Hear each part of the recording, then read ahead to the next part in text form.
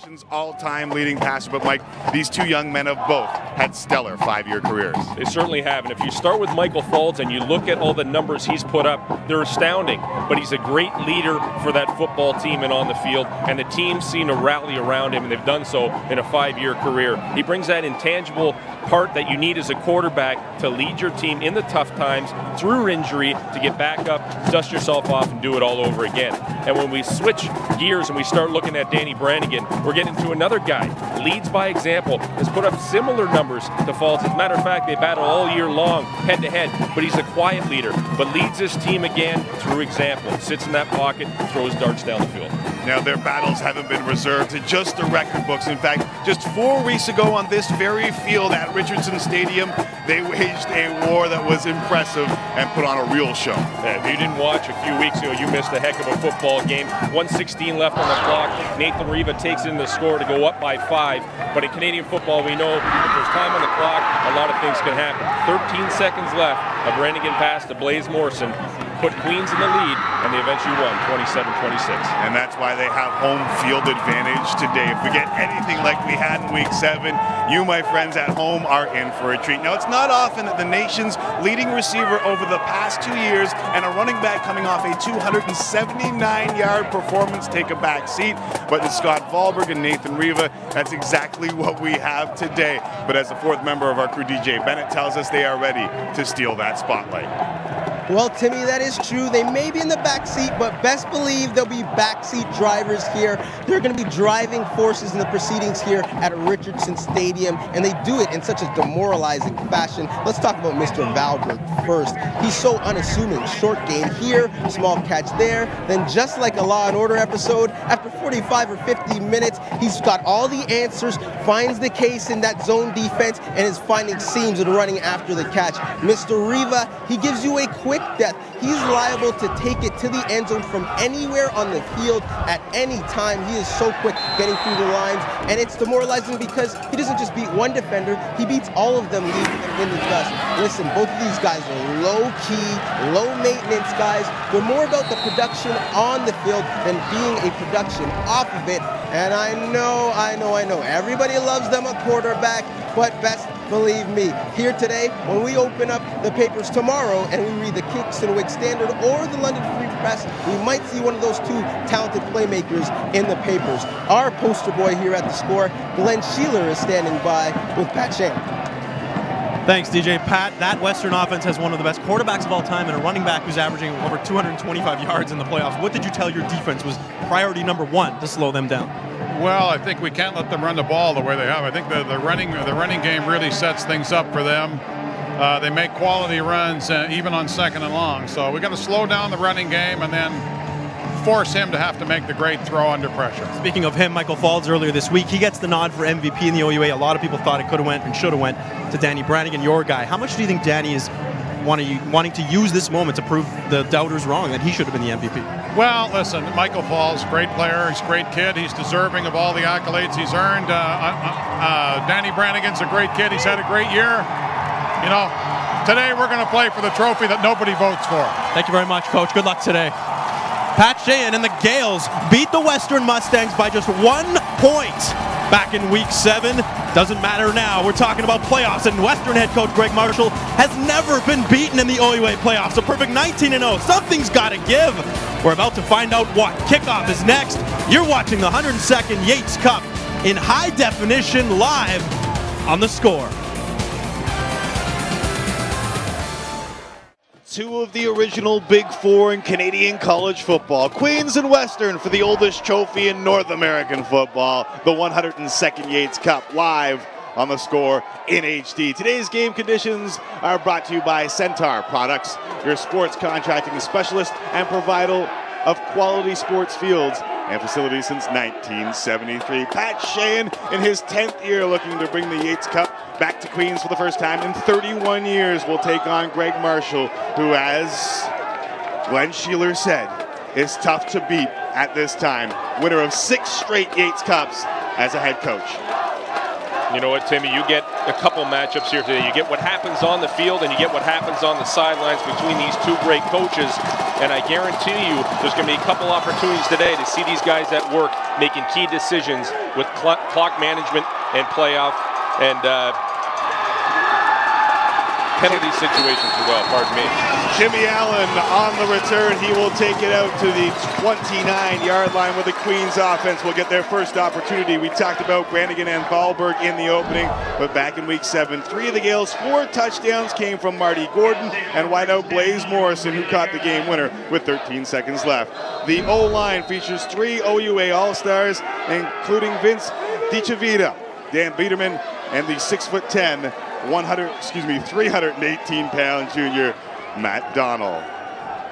Brannigan with his first opportunity will hand it off to Marty Gordon, who will pick up close to 3 yards on first down.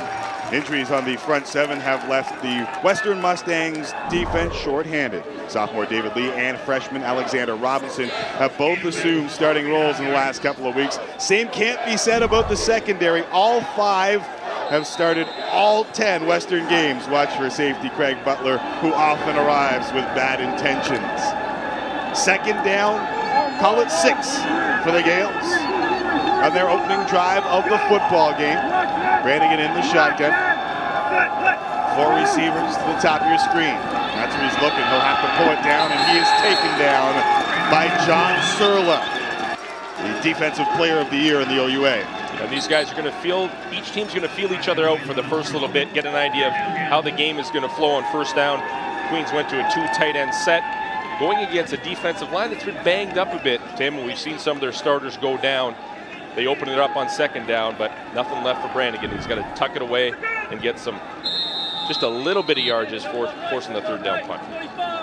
Dan Village into punt. His average of 37.1, 10th in the nation.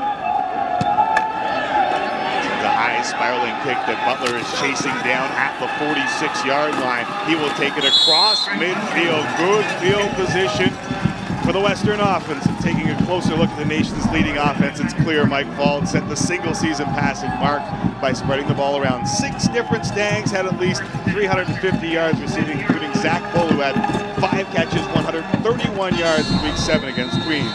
You don't average 578 yards a game without a good O-line. And even without starting center Andy Rady, the Mustangs still have 3 all-conference performers and a 4th-round pick of the Argos in Zach Polarai. They start from the Queens 50-yard line. Nathan Riva with a nice hold, and he will pick up 7 yards on first down. And despite all the ink spilled on the offense, the Queens defense led the OUA this season thanks to 2-time All-Canadian Osi Ukwoma and a pair garnering a lot of CFL attention in end Shamari Williams and linebacker Chris Smith. 8 seniors littered in this experienced D, including 5th-year senior corner Jimmy Allen, who is not only a 3-time conference All-Star at corner, halfback, and kick returner, but also a 3-time academic All-Canadian. Quite the resume for Jimmy Allen, and early on, Mike Fauld's forced to burn a timeout. Looked up at what he saw, didn't like it, and heads to the sidelines, Mike. You know what, this gives me a great opportunity to talk a bit about the keys to the game. There's only a couple this week. Number 1, Riva runs through it. We'll talk in specifics about Riva as the game goes on. If he can establish that ground game, Western's going to have a great opportunity to win this thing outright. And secondly, pin the tail on the QB. Both defensive lines got to get to those quarterbacks and rough them up a bit because they are the key to every offense. So Mike Faulds heads to the sidelines to talk things over with Greg Marshall. And early starts haven't been Western standard this year. In fact, they have struggled out of the gate. Perhaps that played into Michael Faulds burning that early timeout. You can feel the tension running a bit high. They want to make sure they're not wasting plays. Good call to go to the sidelines and figure things out. Even leading back, he will get the carry. Off the right side, gets a big block as he will step out of bounds at the 31-yard line. A gain of 11 and a Western first down. And we know what Riva can do with his feet. It's well and widely known, but it's the receivers that are working downfield as well. And this time, Zach Bull, number 86 for Western, does a nice job paving the way to help Riva gain that first down yardage. 15 touchdowns, led the nation. And all he's done in the playoffs is average 225 yards a game. Falls to throw for the first time. And he will complete to the outside. Ball popped loose. But they will say it's a complete pass to Nick Travail. The ball hits Travail pretty early, wraps it up, ball comes out when he hits the ground. Definitely a completed pass. And a gain of 8 yards to set up second down and 2. Travail, first team OUA All-Star this year. He's picked it up in the playoffs with 181 yards receiving through 2 games. Pitch again. Like that right side with Riva. This time not much available. Late flag comes out. Pankowicz on the tackle. Can you get some mask there? I think there's going to be a little bit of a late hit coming in. Not too sure if it's on Pankowicz or Vickers coming in after the fact. But Riva had passed the out-of-bounds marker.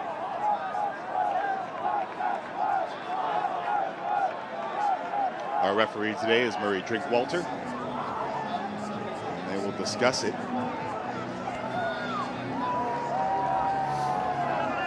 Unnecessary roughness. Queens, late hit, half the distance, first down. So you're right, the late hit is called against the Queens defense. It'll be first down from the 11. We'll see who the culprit is here. I think it is Vickers coming in late and laying a little bit of a shoulder well out of bounds, at least 2 yards. And right in front of that Queens bench. I don't think coach is too happy about that one. No, and there's some precedence with Vicker in week 7. There was a little war going on between Riva and Vickers. And perhaps a little birdie told the officials to watch Mr. Vickers as they handed to Riva left side, trying to use his speed, but it is strung out well. Chris Smith, the senior linebacker on the tackle. I think Jimmy Allen, the perennial all-star, does a great job against Dan Duff. On the bottom of your screen, number 83, Dan Duff, is pushing Allen out of the way, but he strings it along long enough so Chris Smith can come in and wrap up that for that tackle.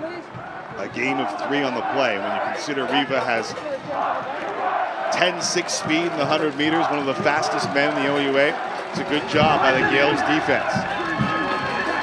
Second down and 7. Play action from Falls. Looking to the end zone. Incomplete. He put it in the spot where only Travail could get it. But unfortunately, his sophomore receiver couldn't come up with it. You know, that's a well-run route by Nick Travail. You'll see him come off the line of scrimmage here. He'll break and do the comeback route. He just gets his feet caught underneath him. Remember, Western's not used to playing on grass on a regular basis. If you lay back on your heels, you tend to slide. You got to keep your knees over your toes. Ball was well thrown. Travail just couldn't come out with the break quick enough. So Daryl Wheeler will come in to attempt a 15-yard field goal. Liram Harula, who also on the roster because Wheeler's been banged up. The kick is up, came close to being blocked, and he has missed it. From 15 yards away, the frustration showing from Daryl Wheeler as Western gets on the board, but 2 less than they would have wanted. It's a 1-0 game early here in Kingston. Western will get another opportunity as we have a look. It came through, and I don't think they touched Wheeler. You know what? They didn't touch Wheeler. They end up hitting Donnie Marshall, but that should not be a call. Dylan Petrin is the one that got in and roughed up Marshall going for the football. He's a live player. That's a very interesting call if that indeed was the roughing call on Queens, and now sets up 1st and goal for Western. From the 4-yard line, instead of missing a field goal, they got an opportunity for 6. They hand it off, come just short. Lecky, the ball carrier, had just 9 rushes in the regular season, battling a hamstring injury. Yeah, Lecky's the type of guy who can do a little bit of everything. You'll see the direct handoff to Lecky going off the right-hand side. Jaradat leading the way, but Leaper comes up, makes a nice stick, followed up with David Rooney, who really comes from the safety, from the defensive back position, and stops the forward momentum of Lecky. They bring Riva back into the backfield, and why not? He's scored 30 touchdowns in his last 15 games in the OUA. Trouble with the snap, got it to Riva, and he did not get in. It'll be 3rd down. You know, we can't talk enough about the strength of the defense for Queens. They've been outstanding all year long, and you're going against the top backs in the whole nation, and they come up big here today. Over the top, you know what it is? It's penetration from the defensive line, getting underneath, submarining the offensive lineman for Western, and he is met in the backfield well short of the touchdown. And the crowd will rise early. Third down, goal to go for the Western Mustangs. Leckie, the ball carrier, touchdown. The junior from Georgetown hits the mute button here at Richardson Stadium. And the Western Mustangs got a break and took full advantage of it here. Leckie getting the chance to carry the ball again, this time off the left-hand side. Dan Duff leading the way, and Buttrill and the rest of the boys, Matt Norman, pushing down the left-hand side of that defensive line. And really, Leckie just walks into the end zone. Wheeler will tack on the extra point where it looked like Western only got one. They end up with 7. Leckie the score, and Brannigan will get his chance when we return to the 102nd Yates Cup.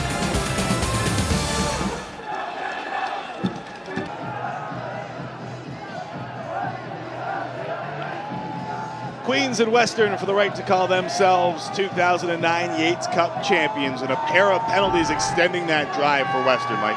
Yeah, a couple penalties, ill-advised penalties. Maybe the second one, not so sure of, but they did have that call go against them to put them down by 7 early in this football game.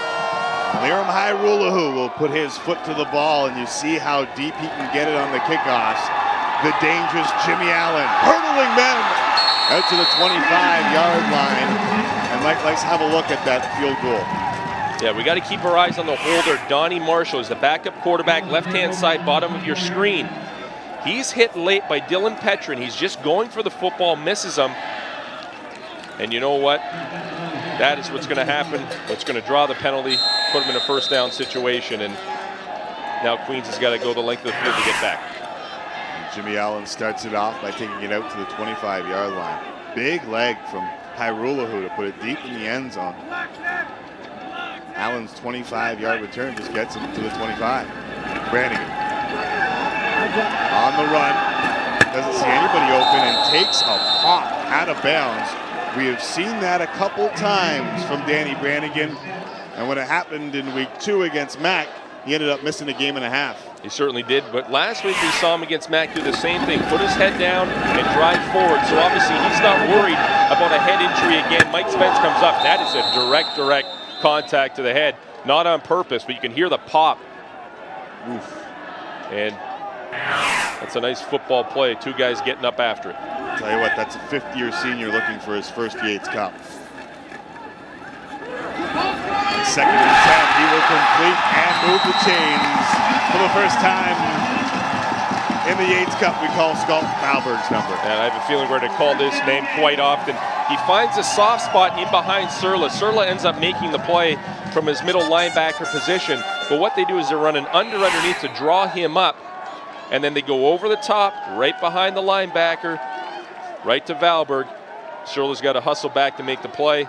Connor Elliott and Mike Spence there as well. As the rain begins to fall here at Richardson Stadium, the Gaels have a first down. Working from their own 43, it'll go through the hands of Surya, who is open near midfield. Talk about it at length. If you haven't seen Danny Brannigan throw a football before, his pocket presence is unlike anybody you've probably had the chance to observe. He just sits in that pocket. You see his numbers right there, what he's able to do by having that protection around him and that strong arm, just kind of happy feet, just standing still. Strong arms, you know, a very well-thrown football over the top of Connor Elliott. An All-Canadian last year was Danny Brannigan. Finished 97 yards back of Falls for the all-time lead. Looking deep, looking for Sheehan. Got him on the run. 10-5, touchdown Gaels.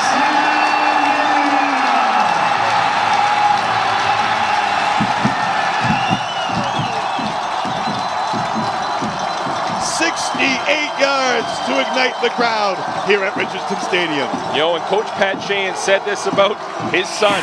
He can run that seam route pretty well. This time he runs right past Aaron Hanser. Ball gets thrown up in the air perfectly. Hanser takes a stab at it, misses it, and it's the rest of it, Shane right into the end zone for an absolutely huge play. Look at the pocket presence on Danny Brannigan just sitting back there, and that ball delivered perfectly. And taken the rest of the way for 6 by Shane. Dan Village to tie this ball game up. And we are all even at 7. We expected a heavyweight bout, and we've seen the first 2 haymakers landed here in Kingston.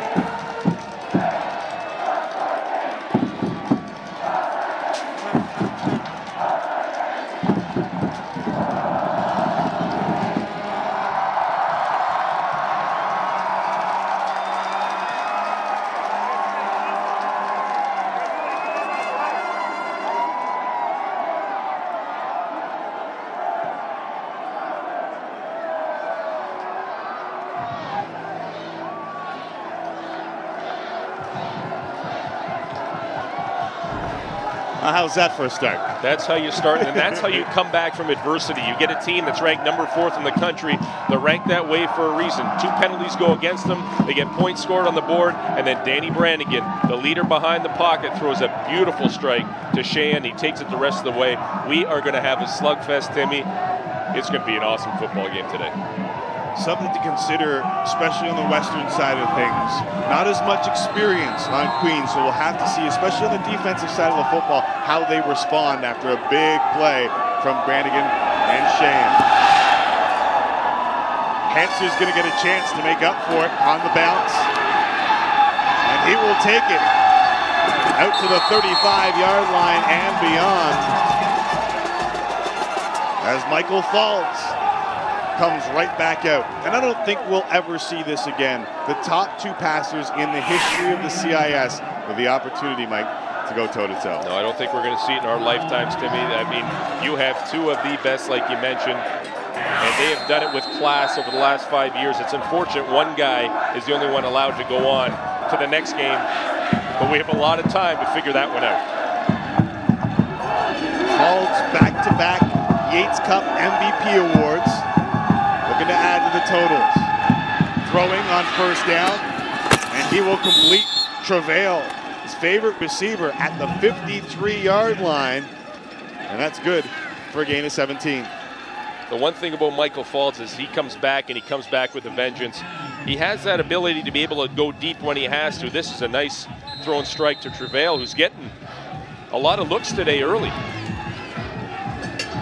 2 catches now for 25 yards. The latest of which moves the chains and allows Riva to get the carry, but he is swallowed up. Shamari Williams, the senior from Brampton, will take him down. No gain on the play. And this is the matchup that I'm looking at, that defensive line against the running game of Western, and quite frankly, the running game of Nathan Riva. Shamari Williams comes in from a big school out in the United States in Houston. Most guys would sit back and rest on their laurels. Not a guy like Williams, who is hustling every play and proud to be playing in this Yates Cup. Played 3 years at Houston before transferring back. Falls with time. Vickers there on the coverage to knock it away from Zach Bull. So it'll be 3rd down for this Western offense. And that's very, very good timing by Vickers on the defensive side of the ball, attacking the ball as it's in the air against Zach Bull, the receiver, who got his first chance and first look at the football today, but Vickers right there to break it up. Brings Dale Wheeler back into punt.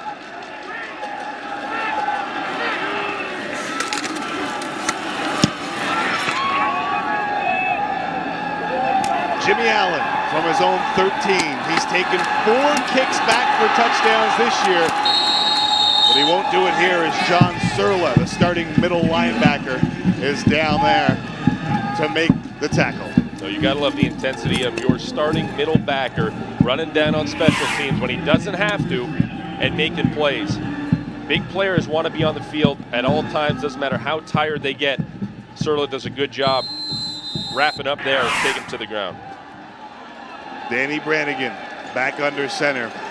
And the young man in his 5 years has put up some big numbers. That 10,714, obviously second all time. He will hand it off to Marty Gordon. Big hole across the 35-yard line. A gain of 11 and a first down for Queens. Again, Queens lines up in the 2 tight end set, really attacking that a bit of a depleted defensive line and takes it right up the gut. Very good blocking up front by DeSavita and the crew, opening up that hole. And Gordon had a whale of a game last week against Mac. And that running game on both sides is going to be something to be messed with. They've driven a truck through that hole. Great job by our boys in the truck. You see it. Ioannidis on the reception. He'll pick up 5 on first down. And Chris Ioannidis can be a dangerous target for this Gaels offense. You know, he really can. The play action here is set up by the fact that Gordon got the ball in the last play. And you'll see Ioannidis come from that tight end set and kind of leak out. And often, if you're playing tight end, you're matched up against linebackers. I'll take the tight end in that matchup any day of the week, just based on athletic ability. I take nothing away from the defenders, but if you got an athletic tight end at any level, they match up pretty well. I think Coach Sheehan will as well. He had 11 receptions, 125 yards back in week 7 against Western. Another quick hitter, this time sailing out of bounds. He's looking for Blaze Morrison. That time there, they had a bit of a timing route to the outside, but really not a lot of opportunity to drop that one into Morrison. And a nice defensive play by the Western defense, who had coverage over top and down below as Mike Spence comes into the flats to try and get a hand on that ball. Spence, one of 3 first-year starters in the secondary for the Mustangs. And after allowing 1 first down on this possession, they forced Dan Village out. Low snap.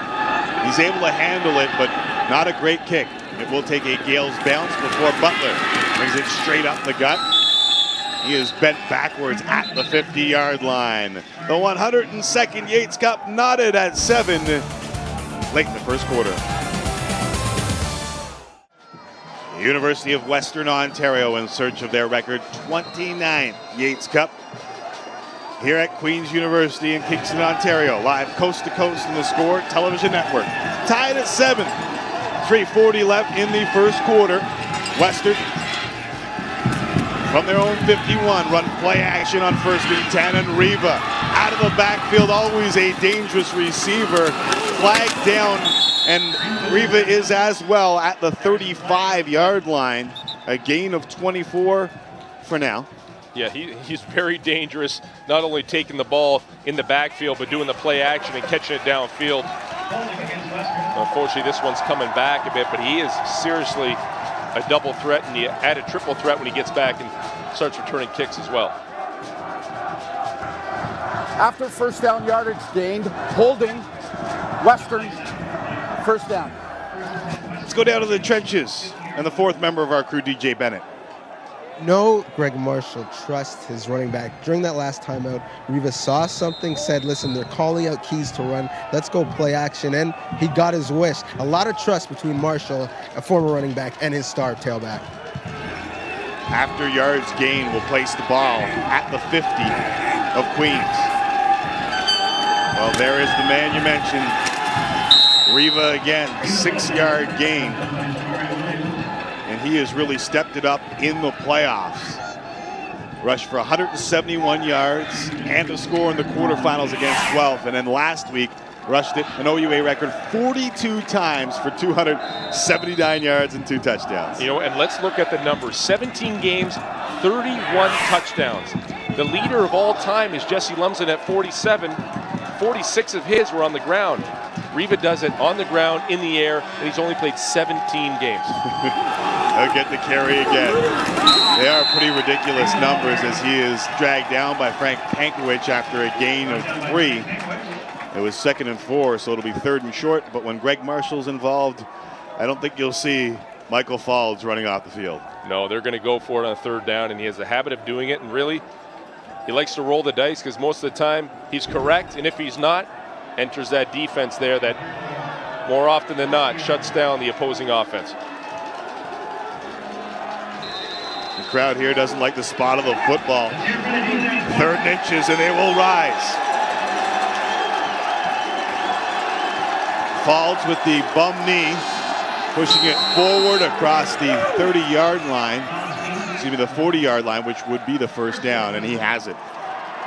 Mike Falls, for the past 4 weeks, has been basically playing on one leg, but he runs the sneak here to get the first down. You know, whenever you want to bring a different quarterback in to do that QB sneak, you're talking about exchange issues with the center. This time here, he follows Zach Polari on the right-hand side and kind of takes his patient time, gets the first down. Now he can regroup. You see Scott Jans coming into the football game. We haven't seen in quite a while get on the field. And they had put him at safety. Played receiver last year.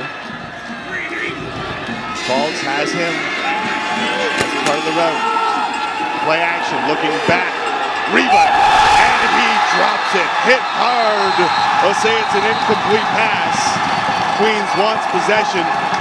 Chris Smith laying the lumber.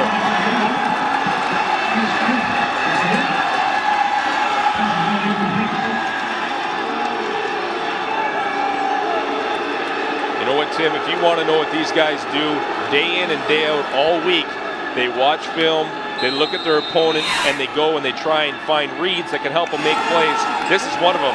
Diploma, first of all, does an amazing job forcing the ball. And that big play by Smith, who reads it out from the back end, comes up and makes a play, knocks the ball loose. Good call by the officials. Never had it. Second down and 10. Falls. Plenty of time going over the middle. Haggerty somehow hangs on to the football right in the middle of that Queens defense.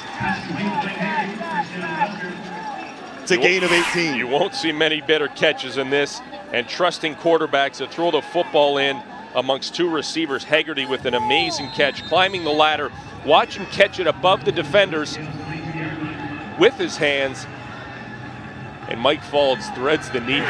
That was a tight throwing window, and he put it right on the money. David Rooney was on the coverage, two-time OUA All-Star, and Laporte delivered the blow. Or Lablo, as it were. Reba, the ball carrier, he'll take it down to the 16-yard line. Gain of 6 on first down. And the luxury when you have a back as good as Reba, second and manageable. Definitely, pretty much every time he touches the football, he makes positive yards, and now puts him into second and short, makes Laporte miss on a beautiful little juke move after the play. He's 5'10", 185, but a powerful back, despite the stature. This time he is met in the backfield, the freshman, Frank Pankowicz, out of Thunder Bay, drops him for a loss of 2. And this is what I'm talking about coaching. The coaches sit in those meetings and tell guys, you got to watch reads. There's got to be telltale signs of what plays are coming next. Pankowicz reads that like a book, comes up and makes a big play. And that will do it for the first quarter of play here in Kingston. The 102nd Yates Cup has seen it all early. A pair of touchdowns. Leaves us knotted at 7.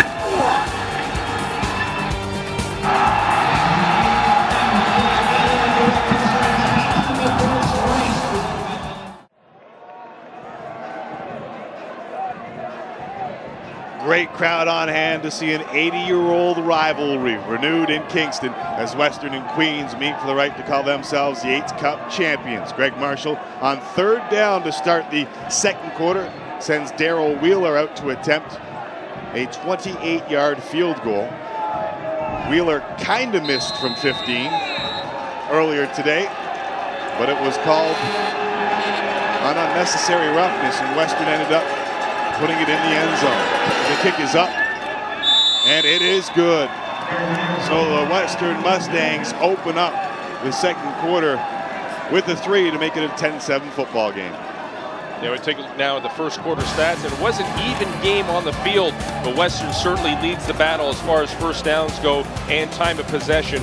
Puts them up 10-7, still a tight football game as we move forward. Kingston rebounding with that huge play to Sheehan to get back on the board. So Greg Marshall, who also coordinates the offense here at Western, looks over the script as Danny Brannigan. And the Gaels choose to scrimmage from the 35, running play action on first down. He's being chased down and shoved by Robinson. That'll be a late hit as the ball falls incomplete. You could see Robinson's eyes light up as he chased the quarterback, perhaps a little too much. Yeah, and I don't know where that flag came from, deep into the secondary. I'm trying to get an idea of what that potential call may be. There's two flags out there. One's roughing the passer. For sure, that's the one call back at the end of the play. And it looks like both umpire and referee called the same thing from two different positions, but you want to get to a Danny Brannigan when he gets out of the pocket, because he is the key to that Queens offense, and you just can't afford to take those penalties while you're doing it. Roughing the passer, Western, 25 yards, first down. They'll get both of them added onto each other, Mike. Yeah, so there was illegal contact in the backfield, and it was Simianic who got called on at number 37 for Western, way down the field, and really not a call, not a penalty that's called unless the ball gets in the air, and he was a bit far away from it, but nonetheless, 25 yards is a big one. So after Western catches a couple of breaks to punch in their first score of the game, Queens 25 yards and penalties gives it to them at the Western 50-yard line. Marty Gordon will pick up 3 on first down. Connor Elliott on the tackle. I like the way Connor Elliott has played this season. He's really been moved into that linebacker position. He's often used off the edge to go after the quarterback. This time he stops the run. Makes a nice play on Gordon to wrap him up. Western's had some pretty good players at that spot in the last little while. John Hood, and before that, Nick Kordick, who ended up with the Tiger Cats. 2nd and 7. Brannigan in the shotgun. 5 receivers at his disposal. Has time, delivers right through the hands of Devin Sheehan.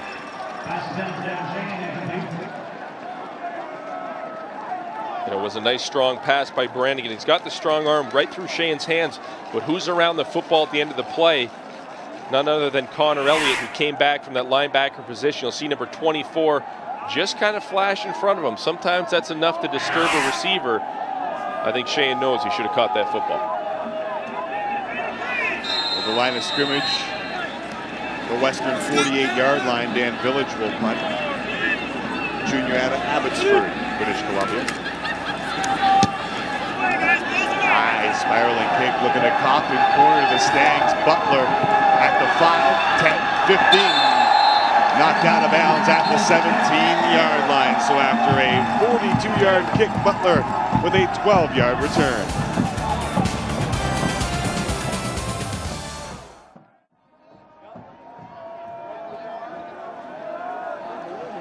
Faulds and Brannigan 1-2 in the nation in passing yards per game. Stangs pivot, averaging 379 yards per game, while the Gaels quarterback averaged 368.6 yards per game. Keep an eye on Deshaun Thomas in the football game with Riva, and Thomas is another guy they like to go to out of the backfield on pass patterns as well. Both good receivers that they will hand it off on first down to Riva. May have picked up 2. And I think anybody that's watched Western play this year, you know Mike Faulds is going deep at some point during this football game. But because it's such a big game, they'll stick to the ground game for the time being, trying to feel each other out. This time Riva falling his blockers. But you take a look at Pankowicz and the boys making plays. That defensive line is aggressive. Aquoma getting to the backfield. Shamari Williams in the backfield, causing a lot of disruption along that offensive line of Western. 2nd down and 8. Faulds with plenty of time in the pocket. Internal clock goes off. Flag comes out, and it's in it. Oh, it's dropped. Plenty of flags all over the field. Count them up. 1, 2, 3, 4, 5 flags. One in the backfield, I think, is holding, and then several in the defensive backfield. Yeah, I think what you're going to see is definitely holding on the Western O-line, and then another flag against Zach Bull for coming back and disrupting the ball in the air. Try and sort it out right now and get the calls.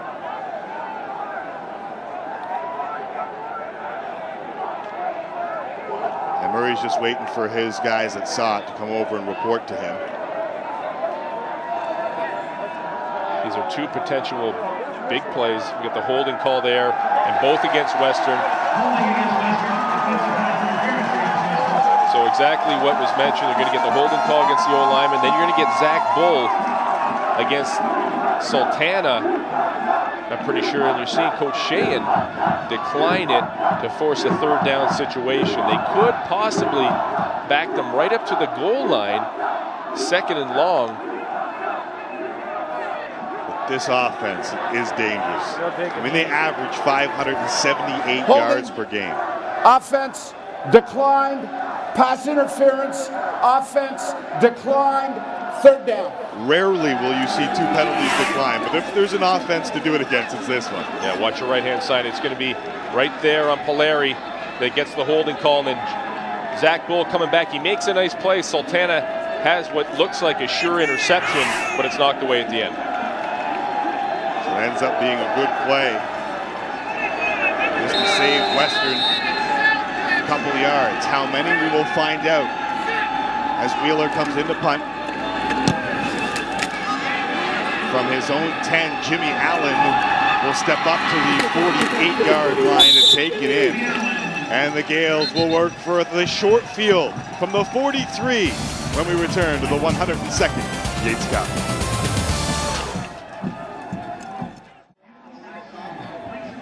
Welcome back to Richardson Stadium in Kingston.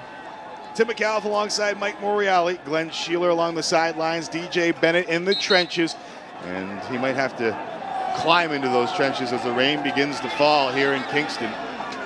And it wouldn't be Canadian football playoffs without a little weather to play a factor, Michael. Yeah, it definitely is. And watch the footwear choice here. The home team always has the advantage on natural grass. Queens down 10-7 with great field position, and they will improve it. Inside the 25, down to the 21 is Devin Sheehan. Hauls it in again. I think it's actually Blaze Morrison that comes up with the catch, Tim, and it's because of Devin Sheehan, who runs the seam route, taking the focus off of Morrison, who comes underneath.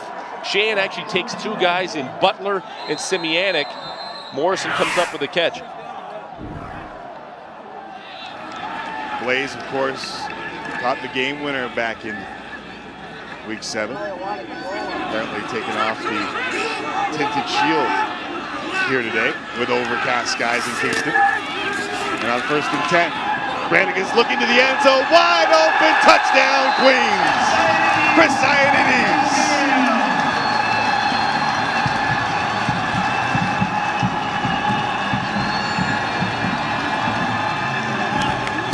Second big play for Queens, second touchdown for the Gaels. And we talked about Ioannidis and how he lines up at the line of scrimmage and he gets lost. On the right-hand side of your screen, pardon me, he runs right by John Surla, who doesn't see him, makes a beautiful catch downfield. That's the bonus you have when you have an athletic tight end that gets lost in the shuffle and wide open downfield. A 22-yard touchdown has given the 4th-ranked Gaels a 14-10 lead. Big plays by the Gaels today and really taking advantage of the weapons they have on offense. As we see Brannigan in the pocket looking right downfield, knows he has a man, and I can tell you one thing, from my vantage point, Ioannidis was open the whole way, not just at the end. So Sheehan decides to decline 2 penalties. They get the ball back, and quicker than you can say Golden Gaels, they're in the end zone. And let's talk a bit about why this passing game is working. They hit Devin Sheehan on a long ball early in the first quarter to put 7 points on the board. That opens up the defense. It makes them respect the deep ball. When it does that, guys like Blaze Morrison can come underneath wide open. Ioannidis gets lost in the shuffle because you have guys running down the middle of the field, and it takes their eyes off of the guy that's going to eventually catch the football, and it's working very, very well today. Village to kick off as the Gaels take their first lead of the football game. From his own 4, Aaron Hanser dances across the 25, taken down at the 27-yard line. and great big playability for the Gaels. You look at Danny Brannigan over his career, despite having 100 less completions than Michael Faulds, he is just 97 yards back on the all-time list. And if you look at Connell, I mean, that's well over 140 completions back, but he's up there ahead of Connell on the all-time passing list. It certainly is, and the poise he shows in that pocket, sitting back there. And on the flip side, Michael Faulds does the same. A little more aggressive when it comes to moving the football down the field. And I think he might have to turn it up a notch right here. They've been patient. They've tried to stay patient with this running game. Riva, as we say it, dropped for a loss by TJ Leeper, little middle linebacker. I can't stress enough about these guys getting in the playbook, watching film and reading plays. They don't just get lucky. TJ Leeper on that play there does an amazing job going by Buttrell to get into the backfield and wrap up Riva for a loss. The way you stop Riva is to get him early. Don't let him get his head of steam downfield and let his feet do the work. The London native, his mother a professor at Western, TJ Leeper, has one fan at least at UWO. Falls, completes over the middle. Good for a gain of 15 and a first down. Travail on the reception. You know, Nick Travail's the favorite target so far. Sultana comes up to make the tackle. Queens did a nice job underneath, taking away the short routes, but they left Travail coming open. Both teams doing a very similar job of game planning. Run some unders, pull the backers down, running over behind them with the receiver. That time Travail comes up with a big play.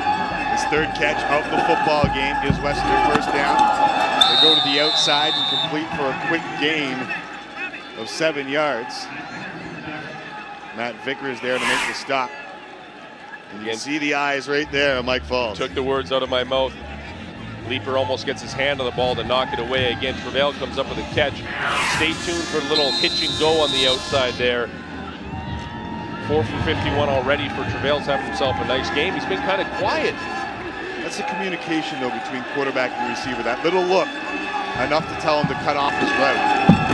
Riva, first down and more, as he takes it across the 50 and down to the Queens' 47-yard line. You know, this really is an example of what I mentioned before. If you cannot touch Nathan Riva in the backfield, you're in for a bit of trouble because your DBs are making plays downfield. That time Jimmy Allen's got to come over and make a play. You know he's already gained 15 at that point. 12 more yards for Nathan Riva to be exact. That's his total climbs. Already 13 carries for Nathan Riva. Play action from Falls. Throws to the flats and completes. Another 12 for the Western Mustangs as Zach Bull is there to make the catch. Zach Bull comes in, runs a comeback route to the outside. Rooney is there. He just doesn't get, he's almost falling when the ball contacts Bull and can't get his arm in front. Zach Bull's been a nice find, battles through adversity. We've talked about it every time we see him play. But he really has been a clutch guy on the outside and somebody that Falls leans on. Last year he tore his ACL in the first series against Laval in the Vanier Cup. Nothing again for Riva as he is dropped in the backfield. Chris Smith this time. It's a loss of 5 yards. You know, working like clockwork. That defensive coordinator on Queens is working overtime. Pat Tracy's putting his guys in positions. He's shooting gaps with his linebackers. That time Smith comes up, gets them in the backfield. There's no way if you get to Nathan Riva in the backfield that any of your DB is going to be making the tackle 15 yards down the field. He's going to be pat down for a loss. DJ Bennett in the trenches. He was saving a lot of defensive fronts for this very opportunity, and Western seeing a lot of fronts for the first time tonight, causing trouble. Falls over the middle, and he will complete to passing. Getting all of it back and more. They'll have a first down at the 26-yard line on a gain of 16. That's what Coach Marshall and that team does very well. Is they don't sit back and wallow about the play that happened before. They go out and make plays. Falls throws a strike downfield. Jimmy Allen all over Passage, who comes up with a nice catch in front of the perennial All-Star. So Pasick, who led the team in receiving this season, makes his 6th reception in the playoffs and gives Western the first down at the Queens 25. Riva looking for something. Bounces off Shamari Williams, but Jimmy Allen with the support. And Riva may have gotten one.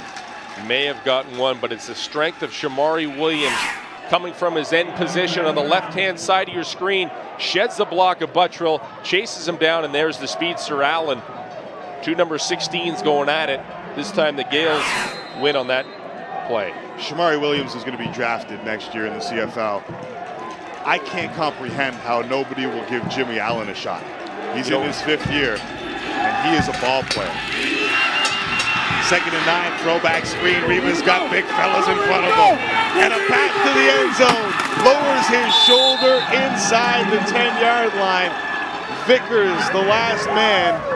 But it'll be first down, goal to go for the Stangs. Perfect play calling on offense. The only way to stop a hard-charging defensive line and linebackers is to run a screen.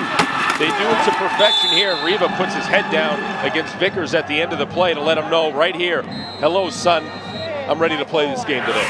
Those are the two who battled in week 7. A lot of chirping between the two. Right here in the Yates Cup final, Western has a first down, goal to go. Riva to the 1-yard line. That looked mighty close, Tim, to crossing that plane. They're going to call it on the 1. How about the response from Western after the 22-yard touchdown pass to Ioannidis? Well, first of all, we'll take a look at this run by Riva. The way he spun, it actually, from that angle, it's tough to tell, but the ball doesn't cross the plane, sets him up for 1. But you know, you're right, Tim. The way they respond is huge. It's indicative of how the team is coached, how they're prepared. We saw Queens do the same thing earlier on and bounce back, and now Western's doing back. We're going to have a little tit for tat the whole day. Leckie, the ball carrier, and he is in. His 2nd touchdown of the game, and Western responds and takes the lead back from Queens. And just like that, they march all the way down the field. Leckie's got a chance to tug the ball a few times today, and it's done real well. Left-hand side of your screen, Dan Duff, Buttrill, Norman really paved the way into the end zone for Leckie. Turns out to be another stand-up touchdown. Didn't have a touchdown in the regular season. John Leckie now has 2, the latest of which gives the Western Mustangs a 17-14 lead here in the Yates Cup.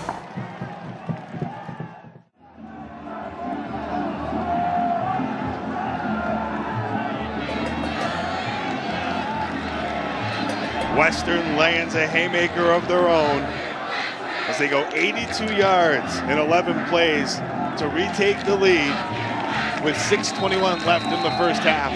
17-14. We expected an offensive game, and that's exactly what we got thus far. And we've seen flashes of brilliance on defense on both sides as well, so very indicative of the well-coached teams on either side. Jimmy Allen from the 15. He'll take it out to the 30-yard line before being swarmed under by several Western Mustangs. John Leckie didn't have a touchdown in the regular season. He's now got 2, and we have more from DJ Bennett. Well, Tim, a lot of people forget last year when these two teams played in the regular season, Leckie was the starter, had a mixed performance, and then they found the diamond in the rough, Riva, and it's been history since. But Leckie had a hamstring injury most of the year, and now he's back healthy. He wanted redemption against Queens when he lost his starting spot. Expect to see him a lot in short yardage because they like him because he gets slim and gets in the goal line, and Western struggled in short yardage against Laurier last week. Boy, Greg Marshall has some real backs. You know, we haven't even talked about Ken Answer, the very talented freshman, as Marty Gordon spins for 4 yards on first down. Ben Roberts, who began the season last year as a starter before getting hurt in week 1, and then Riva happened. Yeah, and take a look here at Matthew O'Donnell, all 6'10" of them here. He's paving the way for Gordon up the field. But you're right. You look at all those running backs, Tim, and they are flush with them. Riva is the best of the best, but You go to number 2, 3, 4, and 5, and they're right up there as well. Brannigan was trying to go to his left, back to his right, and it'll fall incomplete. Trying to get it to Marty Gordon.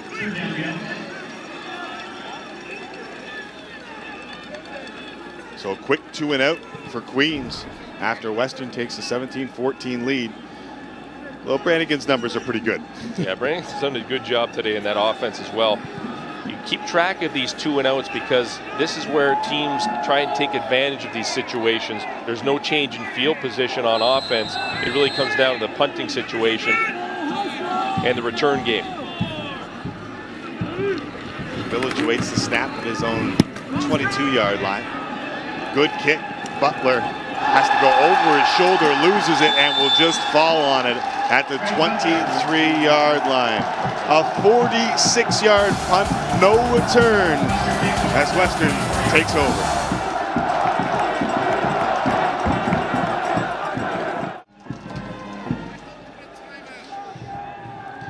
Greg Marshall looking for his 7th straight Yates Cup title as a head coach. In fact, the last time that the Queens Golden Gaels made it to the Yates Cup final, they lost to Greg Marshall back in 2002 when he was at McMaster.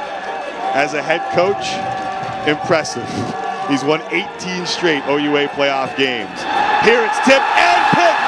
Pankowicz, the freshman, with a big play for the Queens defense.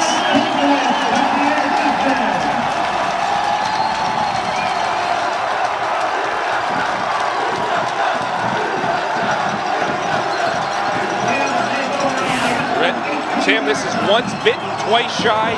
They're setting up the screenplay again. Pankowicz comes in, but bails at the last second, tips the ball up in the air, catches it himself for a huge play. You see him bite early on the screen, but backpedals, and what an amazing athletic play from a youngster on a huge game. Sheeler keeps telling us those boys from Thunder Bay are tough. And Pankowicz, a freshman, with a big play. Brannigan looking to take advantage to the end zone. Touchdown, Queens!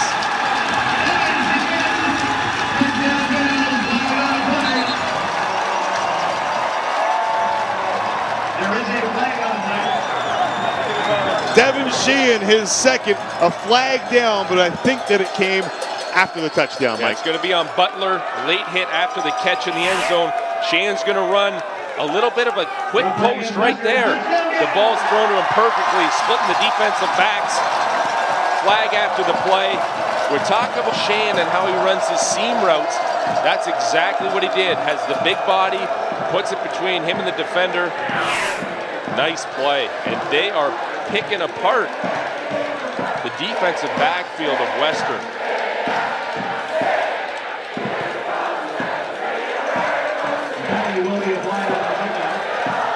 So they'll apply the penalty to the kickoff. The third lead change of the ball game already. And Devin Sheehan's second touchdown reception. Unnecessary roughness, Western, objectionable conduct, Queens, both penalties be applied on the kickoff. Touchdown is good. So Sheehan could have had an opportunity, but they get a flag back. These two are just going toe-to-toe.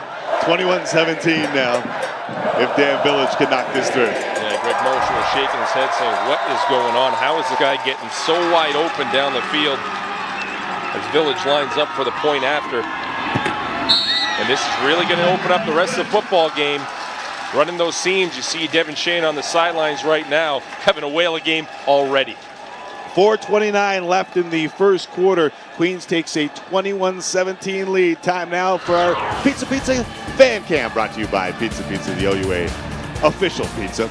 Order your favorite pizza before, during, or after the game. Pizza, always hot, always fresh, and a great crowd on hand here as the Big Four rivalry renewed.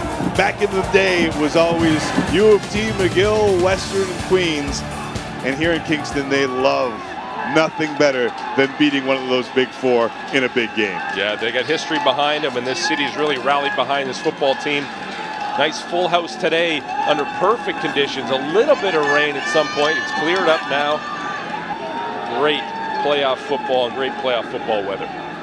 and a great atmosphere. Our kids, our game. It's great to see people out to support it.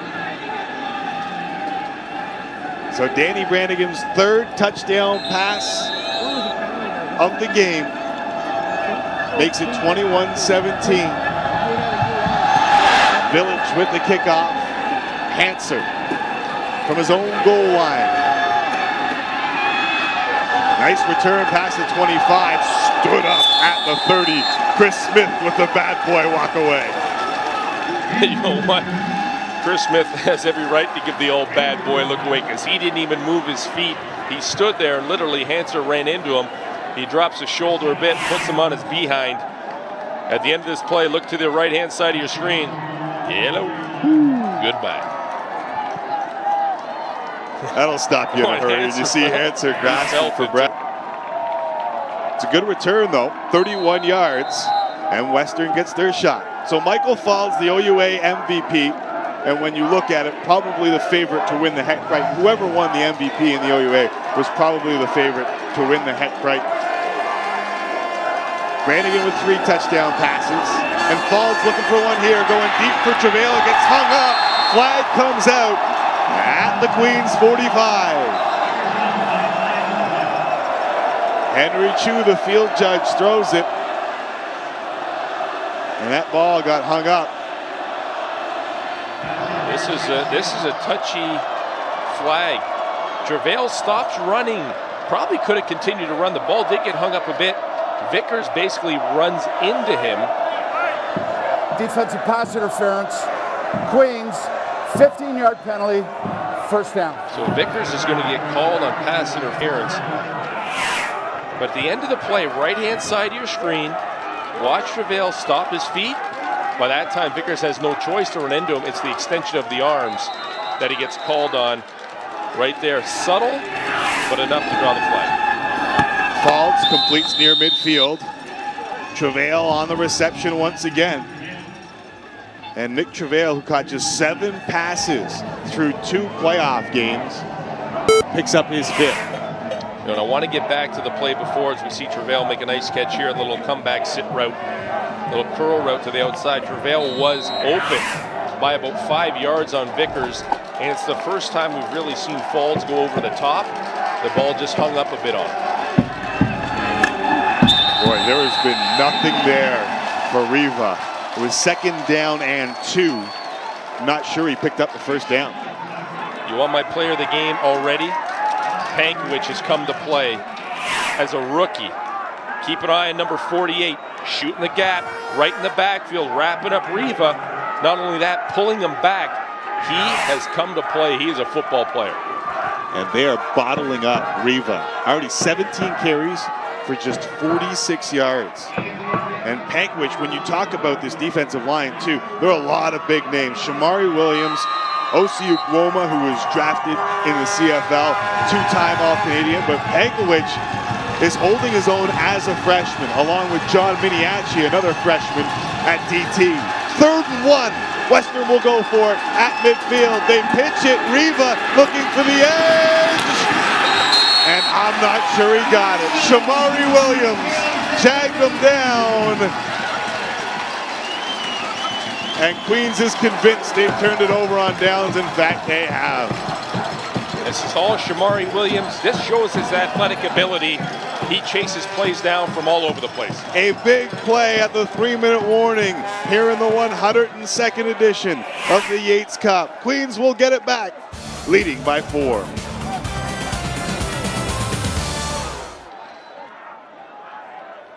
And now, ladies and gentlemen, turn your attention to the Pioneer Petroleum Performance Team in the 102nd Yates Cup T-shirts.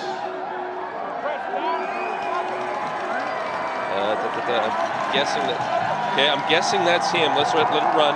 He might be here. Go for it. Make some noise for a T-shirt.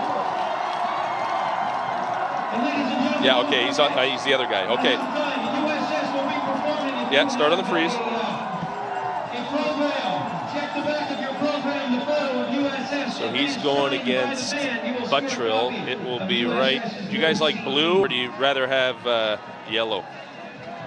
Yellow? Okay, so it'll be here, here, Okay. Yellow. Gotcha. Per game. And he's going against Buttrell. So playoff.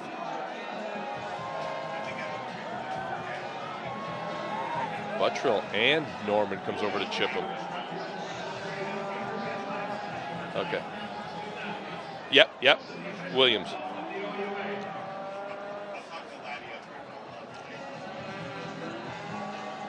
So guys, just off the top, give me a second to clear it, and once I clear it, you can run it.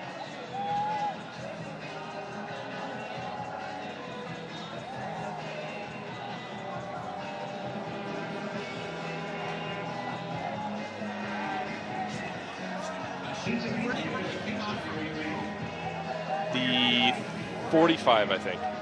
Sorry?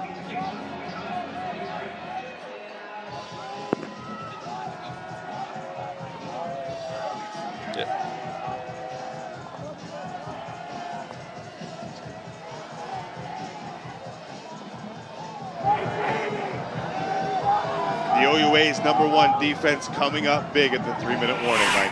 And if you want to see why a guy like Shamari Williams is going to play at the next level, this is why. Watch him fight through two blockers, Buttrell and Norman. Try to come down on him, cuts underneath both, makes a tackle at the end of the play, and he deserves to celebrate. That's how you have instincts to play this game.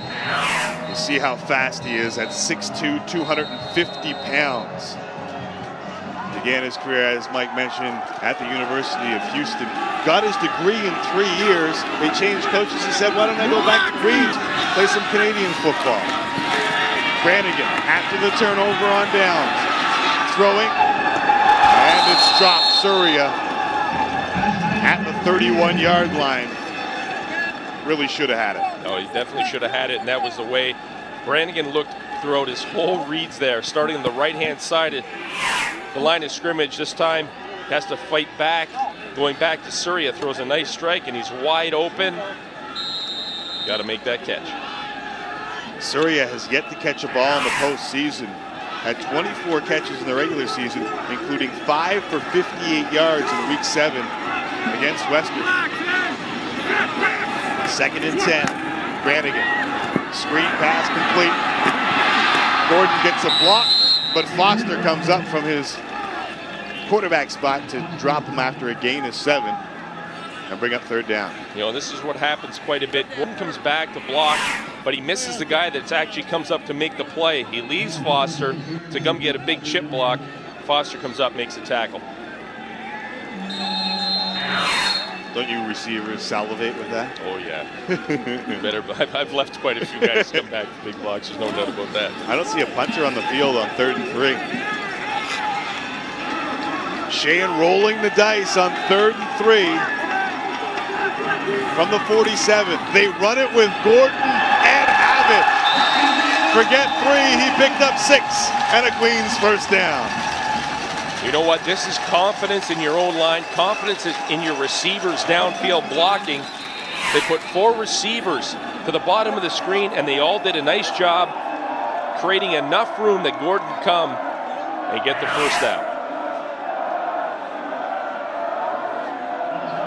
Got an injured Western Mustang off field as Marty Gordon adds to his totals. And Gordon, an interesting story as well. Him and Jimmy Terrian fighting for that starting job after the departure of Mike Giffen. He made his first start in Week 6, picked up 180 yards and a touchdown. He hasn't relinquished that role since. We'll see Connor Elliott. There you go. Great minds think alike, Mike. Either that or fools seldom differ. That's correct. One of the two. The latter.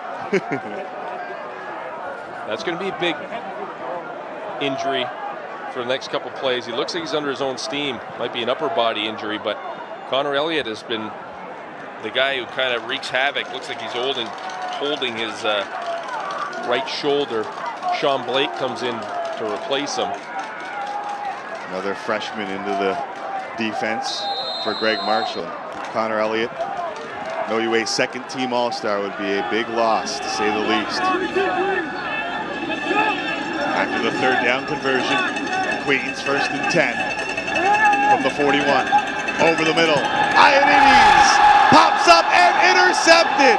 Spence grabs a hold of it. Butler popped it loose. And that young Western defense comes up with a big play of their own. And here it is again, that same play. Yates this time lines up as the right-hand slot back to the inside, runs a quick little seam route, but Craig Butler, being the football player he is, makes a play on the ball, off his knee, in the air, and a big INT for Western, who was looking for a break, as Mike Spence comes up with the big football play. Caught initially, knocked away off the right knee, right to Spence, and that's good heads-up play. What a time for his first interception in the CIS. Turn it over at the 9-yard line. So back we come with Faulds and Riva. Motion Dan Duff left side, pitch it right side to Riva. Still nothing there for Nathan Riva. And you got to be kidding me. Greg Marshall right now is ripping his hair out on the sidelines. That offensive line cannot handle the defensive line of Queens, and Shamari Williams, Ukwoma, everybody taking their turns, making plays there. John Miniacci. That time it's big John Miniacci coming in, and we saw him come up with an interception last week against McMaster. I gave props to McDonald on that a few times, but I didn't get an email from Miniacci, but we'll give him the shout out now. The check's in the mail. So Riva loses a yard on that play. We got a timeout on the field. You know, really, anybody I talked to the football game about leading up this week, and there's several people from all walks of life wanted to know what I thought, and I said, and it was one of my keys, it's going to be one in the running game for Western. If Western gets that running game going, and you look at his average in the playoffs, 225 yards, only 44 so far. Mind you, it's still the first half. If Riva and company can get the ball going, it's going to be a long day for Queens, but it's been the other way around. Mike, those 44 yards have come on 19 carries. Yeah, not indicative of the yards per carry he's used to. No, sir. Well over 6 a carry coming into this game. Play action from Falls on 2nd and 11. Down he goes for the safety. Shamari Williams. And Queens takes a 23-17 lead. You know what, Timmy? I have a feeling today is going to be the human highlight film for Shamari Williams. And you know what? Guys up there just can't hold him. Greg Wilson had a stab at him. Buttrell and Norman have been trying to contain him all day, and they are not doing a very good job. His 6th sack of the season puts 2 more on the board for the Gaels. 8.5 tackles for losses in the regular season. That was 4th in the CIS, and he only played 6 games, Mike. He wasn't eligible for the first 2 after transferring. No, he can play, and it's the attitude adjustment he made, coming from a big program, walking into great locker rooms and nice stadiums and playing against big-time college teams, and then you come to, you know, quite frankly, sometimes situations that aren't the same. He didn't hang his head. He came to play football because he knows at the end of the day, he wants to help this team win and probably carry on this career to the next level. So Liram Hairulahu will have to kick off after the safety. And maybe the limited mobility of Michael Falls playing a factor as Surya will take it out to the 37-yard line. The Gaels get another 2 to lead 23-17 with 1:20 left in the 102nd Yates Cup first half.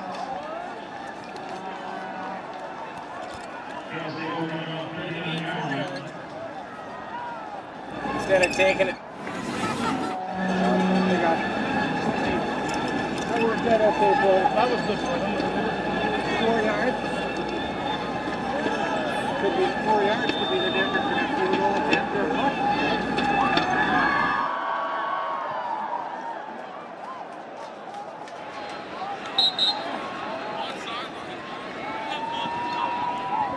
The winner moves on to face the winner of the Dunsmore Cup, which is the Quebec League final taking place between Laval and Montreal. Right now, It's the hometown Gaels leading 23-17.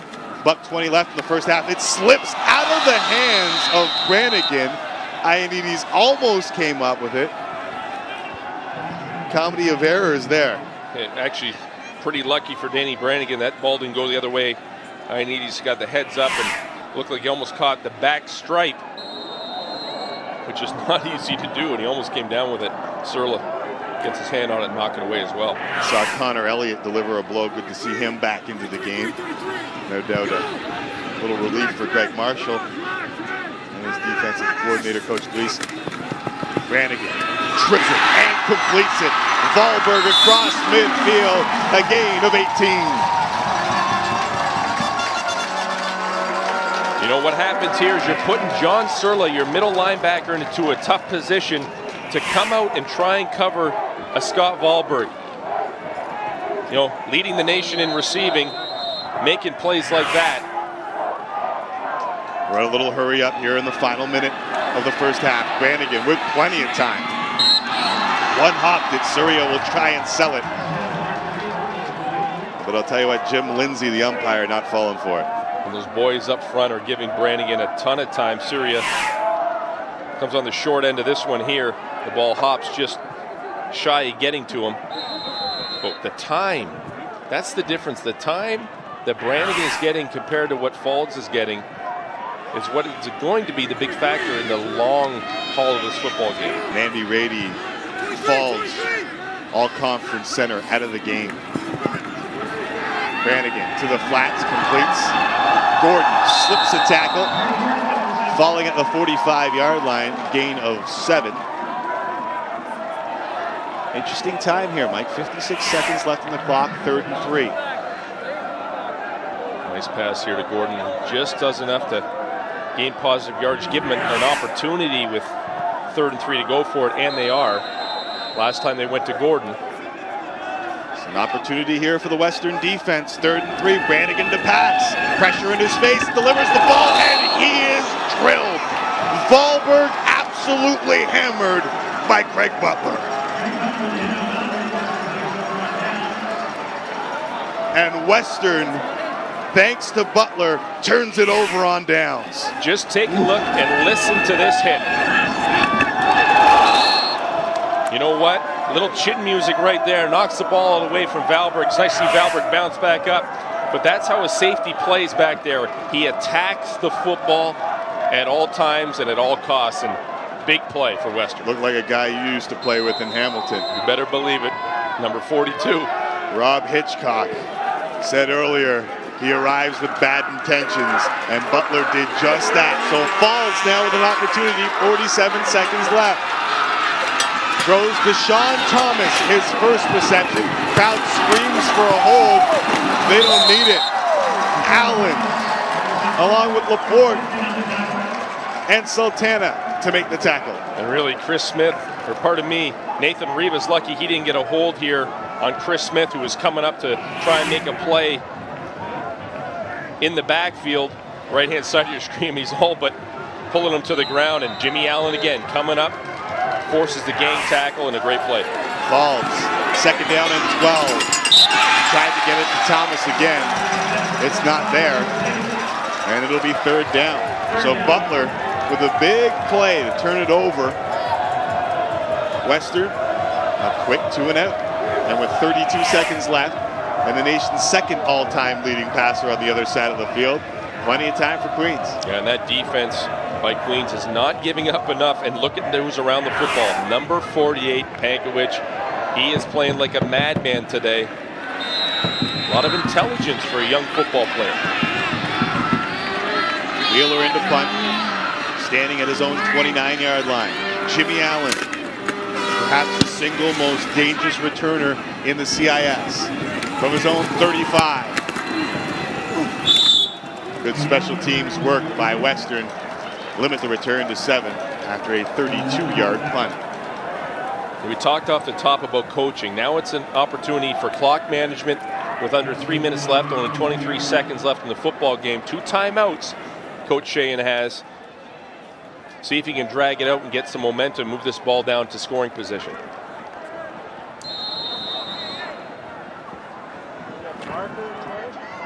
Queens beginning from their own 42 with those 23 seconds left in the clock. Brannigan. Pressure coming. Gets it to Surya, who makes the reception. It's a gain of 11. And Chris Greaves was within inches of dragging down Brannigan. A nice job by Surya making the catch. You're going to go to a no huddle. Watch the patience of Brannigan. He literally puts an arm on his offensive lineman, gains himself some room, and throws a strike. Speaking of strikes, trying to go down the middle. It'll fall incomplete. Closest men to the football were Hanser and Butler of the Western Mustangs. What that incomplete pass does is it allows the team to get back into a huddle situation, get a play in from the sidelines. You can see, or you can't see, I can see some action on the sidelines. The coaches, you'll see the yellow boards in the background, which are plays being sent in. From the sidelines, they'll have two different play calls, so there can't get any tips on what that actually is if you're a Western player. 2nd and 10. Near the midfield stripe. Brannigan over the middle and completes. Yates into Western territory at the 37-yard line. It's a gain of 18. Just 2.4 left in the clock. You try the long field goal? Yeah, I think you do. And Yates here does just enough of a job to go down to leave some time on the clock. Set up a field goal by Village. They will pin it down at the 44-yard line. He has a long of 47 yards on the season. Second team OUA All-Star. Look who's holding that ball for him too. Jimmy Allen. I always like to see who the holder is and see what kind of athlete he is. Generally it's a backup quarterback. When you have a guy like Jimmy Allen there, we know what he can do whenever he gets the football in his hands. Just keep an eye, you never know.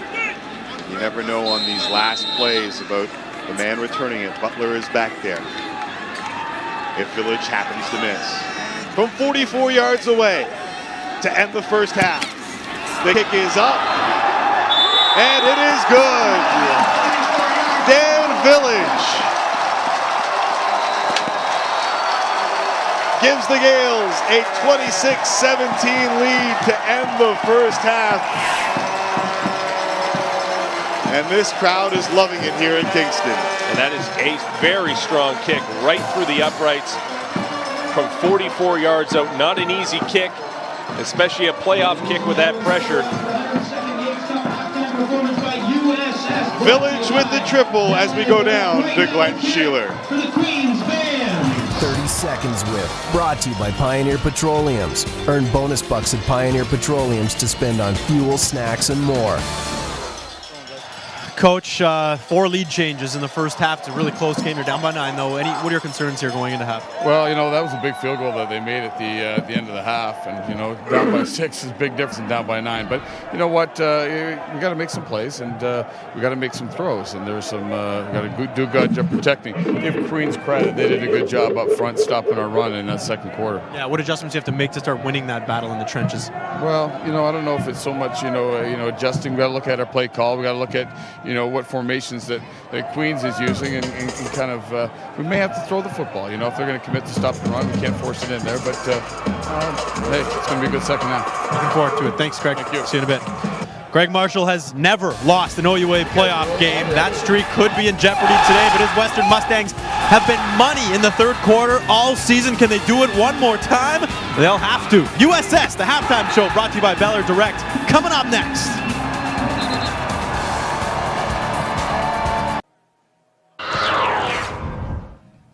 The year was 1992 when the Queens Golden Gaels completely dominated the St. Mary's Huskies, posting the first and only shutout in Vanier Cup history. Brad Elberg scored 3 touchdowns and was named player of the game after rushing for 136 yards. Queens went on to win 31-0 in front of over 28,000 fans at Skydome, capturing their 3rd Vanier Cup. This Vanier Cup vintage moment has been brought to you by Wilson, the official football of the OUA.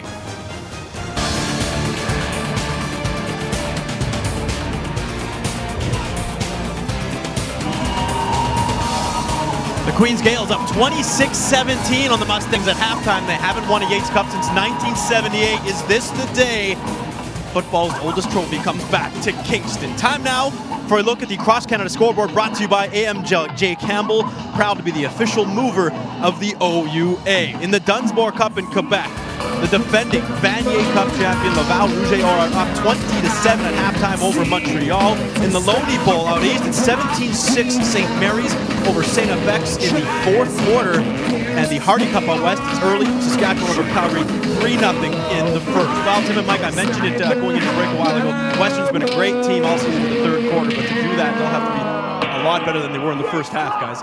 26-17 Queens, second half. The Western Mustangs had an opportunity early to put some points on the board, stuffed, but John Leckie responds, punches it into the end zone. We knew that we would get a heavyweight battle, and that's exactly what we got.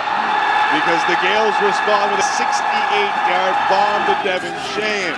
They didn't stop there. 22 yards to Chris Ioannidis, the second all-time leading passer in CIS history, getting the job done as Leckie punches it in. They come right back with Shane, his second touchdown reception of the game, and then the safety from Shamari Williams.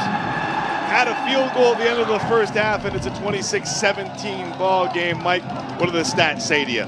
Well, what they're really saying to me is they may be winning the rushing battle, Western, but it's not what they're used to. That defensive line of Queens is really eating them up. Time of possession heavily in Western favor, but it's not showing on the scoreboard.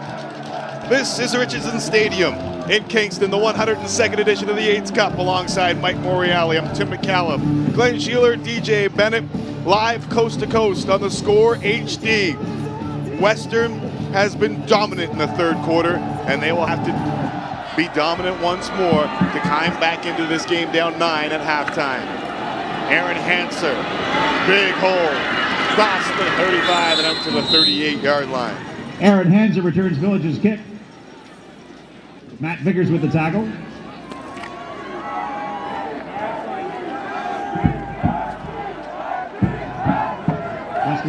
So Mike Falls will get his first opportunity of the second half. The nation's all-time leading passer. In case you're just joining us, you haven't watched any CIS football this year, the top two passers in the nation, both fifth-year senior, going toe-to-toe. Falls will complete to Bell. Oh, the ball came out at the end of the play, and they will say he had it. At the 44-yard line, completing. There you see down the stretch in the third quarter, 131 points for, just 24 against for Western, and they catch a break early here in the second half. Oh, I really believe they do. That didn't look like a caught football. A 23-yard gain. We'll have a look at it in just a split second as they go back to the air and complete to the outside. Zach Bull dancing almost found himself in wide open spaces. It's a gain of 8, and let's go back to the catch by Jesse Bellamy and determine whether or not it was indeed a catch. Yeah, left-hand side of your screen, just see if there's a stopped rotation. Oh, yeah. Yeah, that's definitely a catch. Our vantage point with our backs, or Bellamy's back to us, looked like the ball popped loose, but want to clear that up. Definitely a caught football. Great job by John Pringle, the official on that side. Second down and 2, Riva. And that Queens defensive line are having themselves a game. You know, and what can you say about the defensive line, the linebackers with Leeper, Vickers coming up and making plays, Ikwoma just pushing and putting pressure upfield. Wow, this is really not what we're used to. Given all the success from the Queens D-line, are you still confident in the way Greg Marshall wants to push it on third down and go for it continuously? I think it's because of the spot on the football field. He's never going to change the mentality of how he coaches, and he's got the utmost faith. On third down and 1, Riva has the first down. Hard fought 2 yards, but they'll move the sticks. Big play on third down, moving the sticks into the Queens end of things, and that time Hegarty does a good job in the backfield, helping out his offensive lineman, trying to make some space. Matt Norman comes around the edge. Reeve a little more patient that time. Bides his time, finds a crease, takes advantage of it. So the gunslinger gets a fresh set of downs on 3rd and 1. Falls under center. He'll drop straight back. Down the sidelines, and the reception is made at the 1-yard line. A big play from Zach Bull. Zach Bull's made big plays all year long, and none bigger than now. The third quarter stats, we talked about it, coming right into play here. Ball gets hung up in the air. Bull comes back, fights back to the football over Vickers. That's a great catch. Coach Marshall talked about his need to get vertical on this Queens defense for them to respect that run. He said that Bull was the man to do it, and you see him hobbling off. He's gone through so many different injuries in his time at Western, but a big play gives him first down, goal to go from the 1. Leckie the deep back, full house backfield, handed off. 3rd touchdown of the game for John Leckie. And the Western Mustangs with a great start to the 3rd quarter. They needed to respond in a big way going into the half, down 9, and Greg Marshall talked about it. It's more difficult to be down 9 than it is 6 with that field goal at the end of the half by Queens, but Leckie, 3rd time, he's basically walked into the end zone. This time he has to pick himself up off the ground, but not too many people have touched him crossing that goal line. We talked about their starts of the second half, Mike. Making outscoring oppositions 138-24. Their first possession of the 3rd quarter. And the Western Mustangs have made it a 2-point game. Brannigan gets his chance when we return.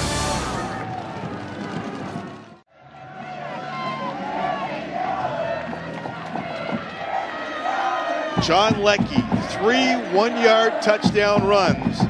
And Western begins the 3rd quarter with a picture-perfect drive, going 72 yards in just 2 minutes, 44 seconds.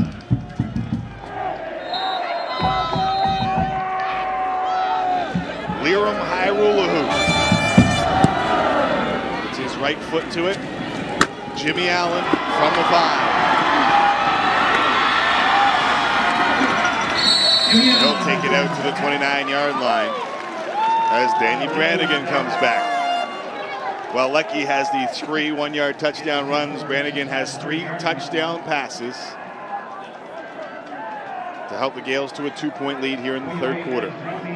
Now we'll take a time to look back and see some of the changes on the Western defensive line they made to get to Brannigan and stop him from having so much time and completing those 3 big TDs.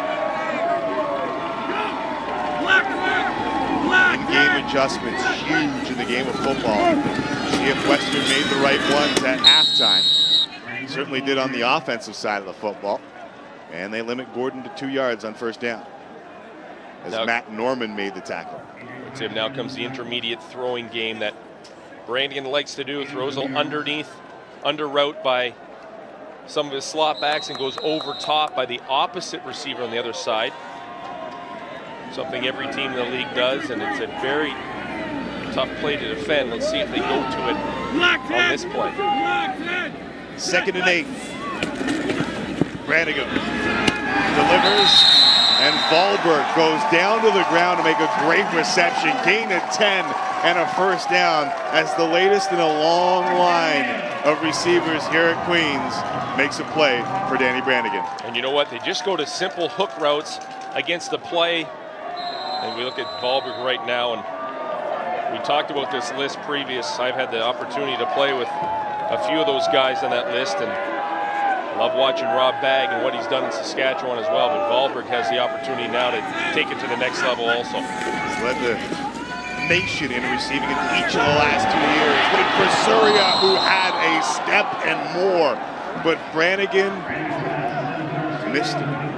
He did miss him. They ran an out route by the number 3 receiver and 2 goes on the outside. Had the opportunity. Surya came open just a bit through his outstretched arms, but the arm strength of Brannigan putting it out there.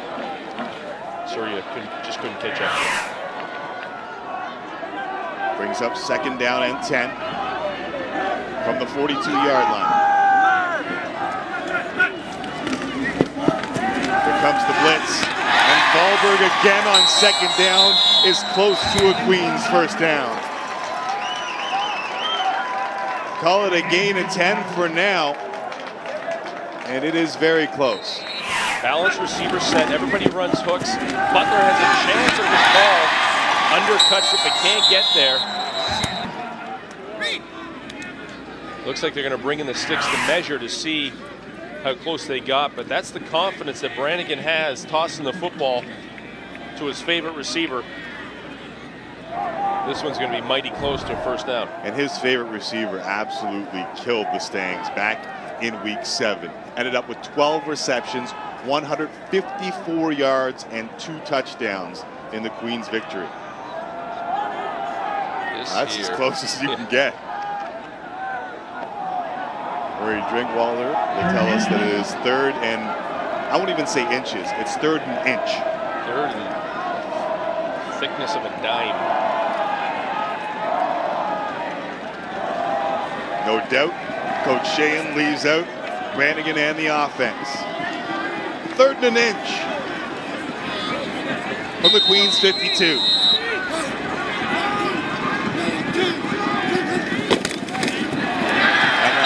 Use Howes, the backup quarterback, to shove it forward and move the chains.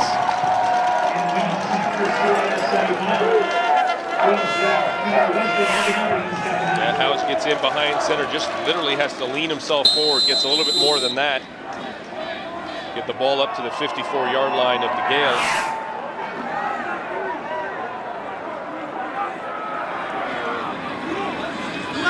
Over 10 minutes remaining, 3rd quarter. Gaels by 2. Brannigan down the seam. Sheehan breaks the tackle inside the 20-yard line. Butler will finally bring him down at the 18. A gain of 38. This is the exact same play they ran. They missed the ball to Surya on the opposite side of the field. It's an out route by the 3rd receiver and 2 seams. This time he goes to Sheehan on the inside seam. He's been killing them all day long. The same with this throw. Nice high and away. No one's going to get that. Foster comes over, tries to make a play, can't get there. Nice catch by Sheehan. And Butler has to keep running to make a touchdown save and tackle. Sheehan, 3 catches, 125 yards, and 2 scores. Brannigan, end zone for Wahlberg, missed him. Wahlberg got in behind Mike Spence. And not by much, but Brannigan missed him. Nope, Wahlberg lines up as a slot back, left-hand side for Brannigan, runs a corner route.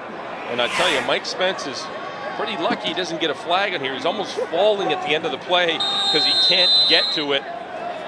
Ball's just outstretched enough. That corner route, Wahlberg had him beat. Brannigan closing in on 300 yards with 9.5 left in the 3rd quarter. Delivering to the outside, it hangs up. Hanser had a shot at it, but it falls to the turf, and it'll be 3rd down. And that was a bit of a dangerous throw from the one sideline to the other. That's a 40-yard throw to get there. The ball hangs up in the air enough that Hanser comes in front, knocks the ball away. But you could hear the Gaels offense from the sideline yelling, "Watch cover 0," which was the blitz look. That time Western showed blitz and came out of it. Brannigan just couldn't get the ball there. Village will attempt from 26. The triple is good. And the Gaels take a 29-24 lead with 9 minutes left in the 3rd quarter.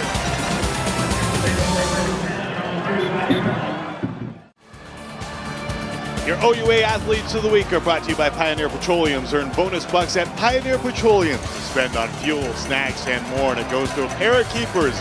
Matthew Grant of McMaster didn't allow a goal in 220 minutes of OUA men's soccer action, while Sarah Fiorini backstopped York to a pair of shutout victories as they won their 3rd championship in 5 years.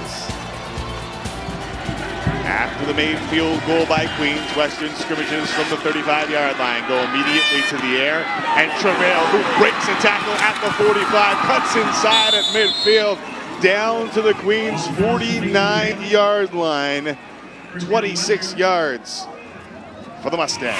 That's a nice job, Travail coming back to the football, but Sultana tries to jump it to the inside. You have to leave your outside arm free to make sure the defender, or the receiver, can't make the play and turn outside. Exactly what Travail did for a huge gain. These two offenses landing haymaker after haymaker. It seems like every time someone scores, the other team responds immediately. Travail's latest for 26. Riva with a flag down will lose 2 more. TJ Leeper, the London native, on the tackle.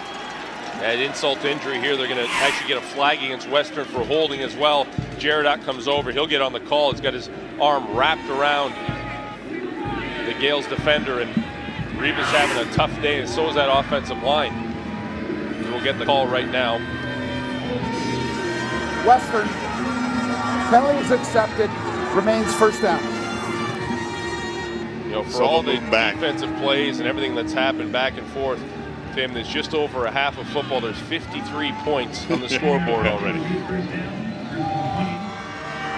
This shows you how good these two offenses are. Western led the nation 578 yards per game. Queens was 4th with an average of 495 yards per game. Those are Madden-like numbers. Passing will throw back to Falls. Falls has got a man wide open. It's Jesse Bellamy over the shoulder. 5! And they will say touchdown Mustangs.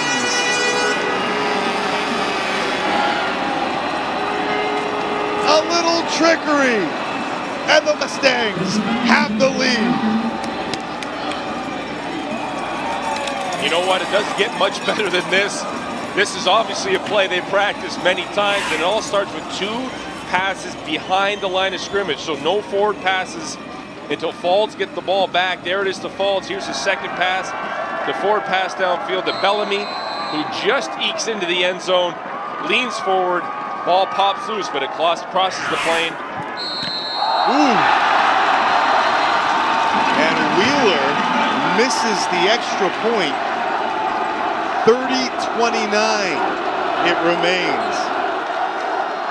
So what was a huge momentum swing for the Western Mustangs all of a sudden energizes this crowd. This is a line drive. I've never seen a ball driven off the lower goalpost or upright right now, and Greg Marshall is not happy. Wheeler better keep walking away because he's going to chew a strip off him. There is no way that a kicker should miss a point after. It just should not happen. Hyrule, who on the roster this week because Wheeler struggled with injuries throughout the year. And I'll tell you what, I don't know if I've ever seen that either. I did see on this very field a guy put one underneath the bar, which I've never seen. I don't know if Wheeler can get further away without going to the dressing room. Hyrule, who will kick off. It wasn't a bad hold. No, it was there. Here's Jimmy Allen. They sent the return up to the left, but Western is waiting and will drop him at the 14-yard line.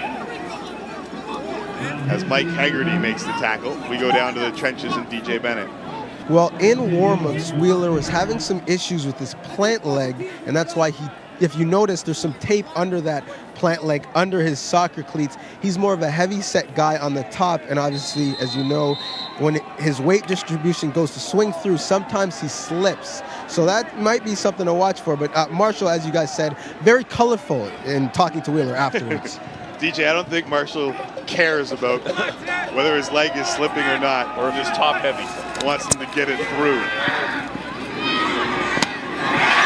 Brannigan has that full response. 16 and a Queens first down. Yeah, that's perfect, Danny Brannigan. We've seen it time and time again in 5 years of playing this game. On his 14-yard line, perfect strike down the field. Calm and casual. Little in route. Blaze Morrison. Nice catch.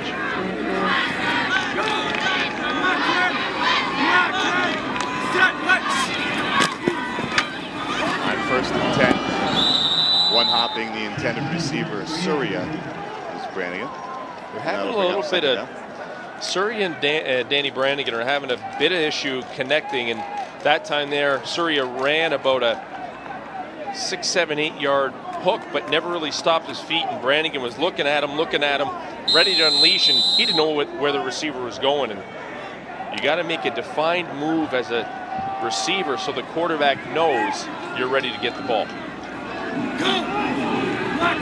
30-29 Western leads, 2nd and 10 for Queens. From their own 28, Brannigan on the run. Delivering to Surya, and they complete this one. 19 is the game for the Gaels. You know, we're talking about Surya, comes back, makes a huge play, keep it. His route running alive through the whole thing, but look at Danny Brannigan, gets pressure, hasn't had a lot all day, but he gets pressure in the backfield. They're helping up, being chased down, throws a strike. Surya running against John Surla. I'll take that matchup any day. And makes a nice catch coming across the field. So the junior from Burlington's Notre Dame gives the Gaels another first down as they look for Wahlberg and find him. He's got speed. He's got a Gaels touchdown. And the lead goes back to Queens.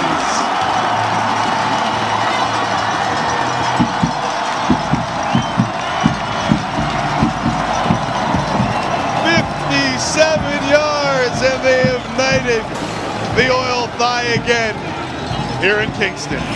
We talked about Wahlberg, how he's led the nation the last couple years, runs a corner route here, another great toss, and Mike Spence is left to just chase. He was so far gone behind him, he actually fell to the ground. Wahlberg in the end zone for a huge play. And now keep in mind that 1 point, put that in your back pocket. Maybe we'll bring it out later and talk about it if it comes down. Counter punch from the Queens Golden Gaels, and it's 36-30 in the 3rd.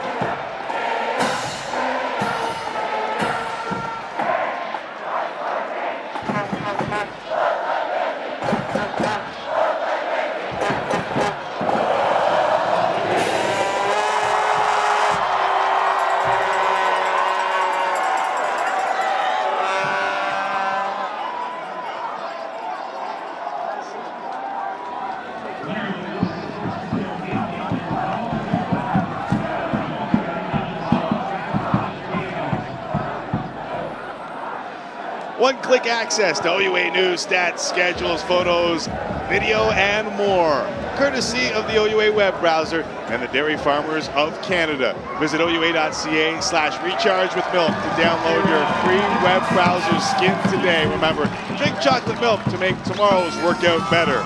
And for one of these teams, there will be no tomorrow, and they're playing like it right now, Mike. They're definitely playing like it. You look at Danny Brannigan on the sidelines. He has played outstanding today. Coach Sheehan likes what he sees. At the 9-minute mark, I turned to you and I said, there's 53 points already today. Less than 3 minutes later, that number is 66. A lot of offensive power on both sides of the field. I see your 59-yard touchdown pass to Bellamy and match it with a 57-yarder to Scott Wahlberg. You know, talk is cheap, and along the way, we were hoping we'd get the matchup, and you and I were sure we would. Boy, they left us a very happy bunch. And there's still 21 minutes left to play in the game. Hansen at the 25. Drill ball comes loose. Western recovers. As if there hasn't been enough. Hansen loses the ball. Connor Elliott comes out with it, but this is a big stick at the end of the play. And who's down there first? Shamari Williams. He strips the ball. You have a defensive end, a starter, running down on kickoff team First one down the field, rallies back, knocks the ball loose, and almost causes a turnover. I really can't explain to you how much that means to the guys on the sideline to see their starter come down, run like that and make plays. Riva finding some running room for the first time in this game as he gets thrown down by Smith at 15 yards to the 14-yard carry. And you know what? We saw a little glimpse there of Nathan Riva break to the outside and show his speed. Smith, he's okay at the initial contact. Right there, it's the throw that gets him the penalty, and rightfully so. Unnecessary roughness, late hit out of bounds. Queens, 15-yard penalty to the end of the play, first down. Now let's get back to Shamari Williams just for a minute. We'll watch this play first. Has him wrapped up. It's that toss to the ground that'll get you. The reason is he's 2 yards out of bounds.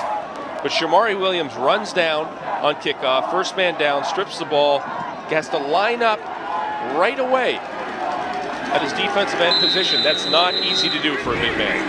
First and 10 Western from the 51 of Queens. Pressure comes from Ugloma, and the big paw will drag balls down for a loss of 8 yards. You know, we talked a lot about Shamari Williams. Look at his counterpart right there on the other side. That hand was up and around the face of Faulds. Tough to see exactly what happened, but the strength. Now wraps him up fair, no face mask, puts him right to the ground.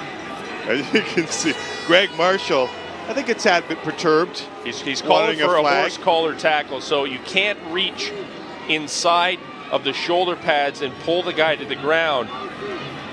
Now that's always called from behind. So if you're grabbing behind on a horse collar, on the back of your head, let's say, pulling it down, that's an easily called one. This one here, the Cuoma gets the side. You know what? You're not going to make that call. He's just grabbing maybe the drag side. Here, though, was a little... Well, you know what? A tad excessive, but this is not your traditional horse collar by any stretch of the imagination. Ugloma, the senior from Mississauga, gets the sack, and it'll be 2nd and 18. First down available at the Queens 41. Falls, pressure coming, delivers, and he would have had the first down, but Zach Bull couldn't hang on to it.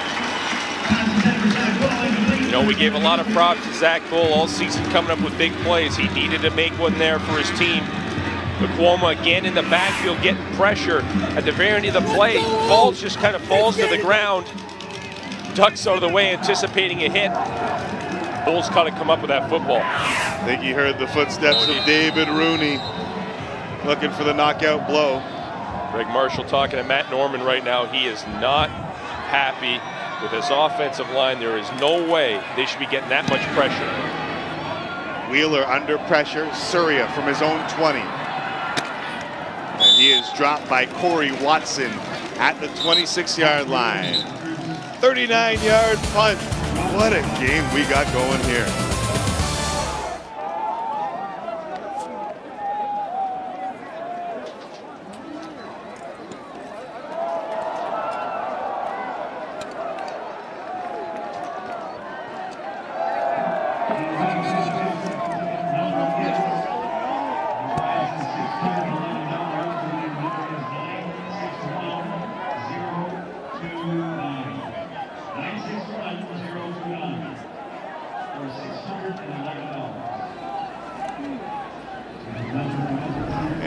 Danny Brannigan gets it back. Not bad totals for this game as we are still in the third quarter. In fact, just under 5 minutes left in the third quarter. 4 TDs, pushing 400 yards, not bad. He's trying to make a statement and take home the first Yates Cup of his 5-year career. Completes, Fallberg near the 35. Gain of 6, maybe 7 on the play. I want you to keep your eye on that play again. That time there, Wahlberg was underneath it, running in a hitch route.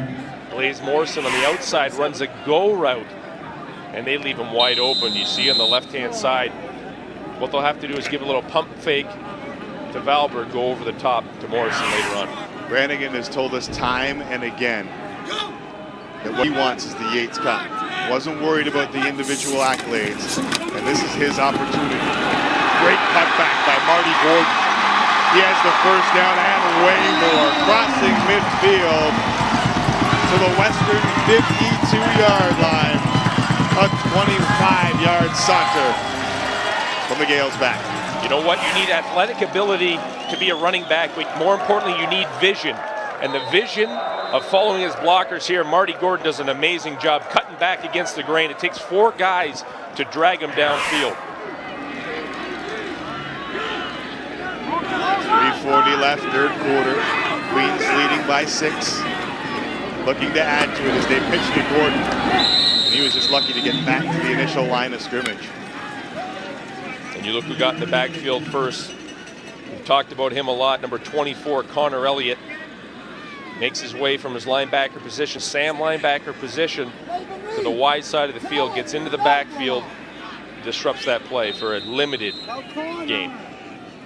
Let's go down to the sidelines, DJ Bennett, and halftime adjustments. DJ, you seeing something? Yeah, in-game adjustment actually on the defensive side of the ball. Jans is now in for Spence, who's had trouble getting deep and has let men behind him. Even on his interception, he was in the wrong coverage. So Jans, a returning wide receiver from last year, is now in the secondary for Western.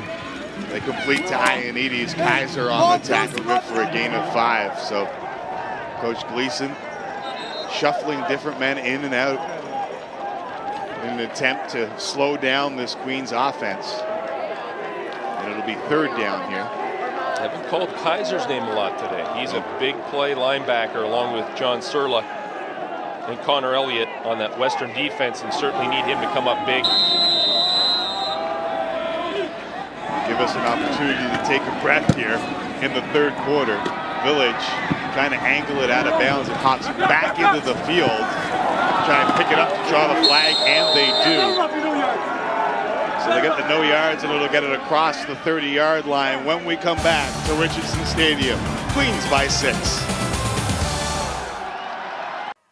What she lacks for in size, she makes up with enthusiasm.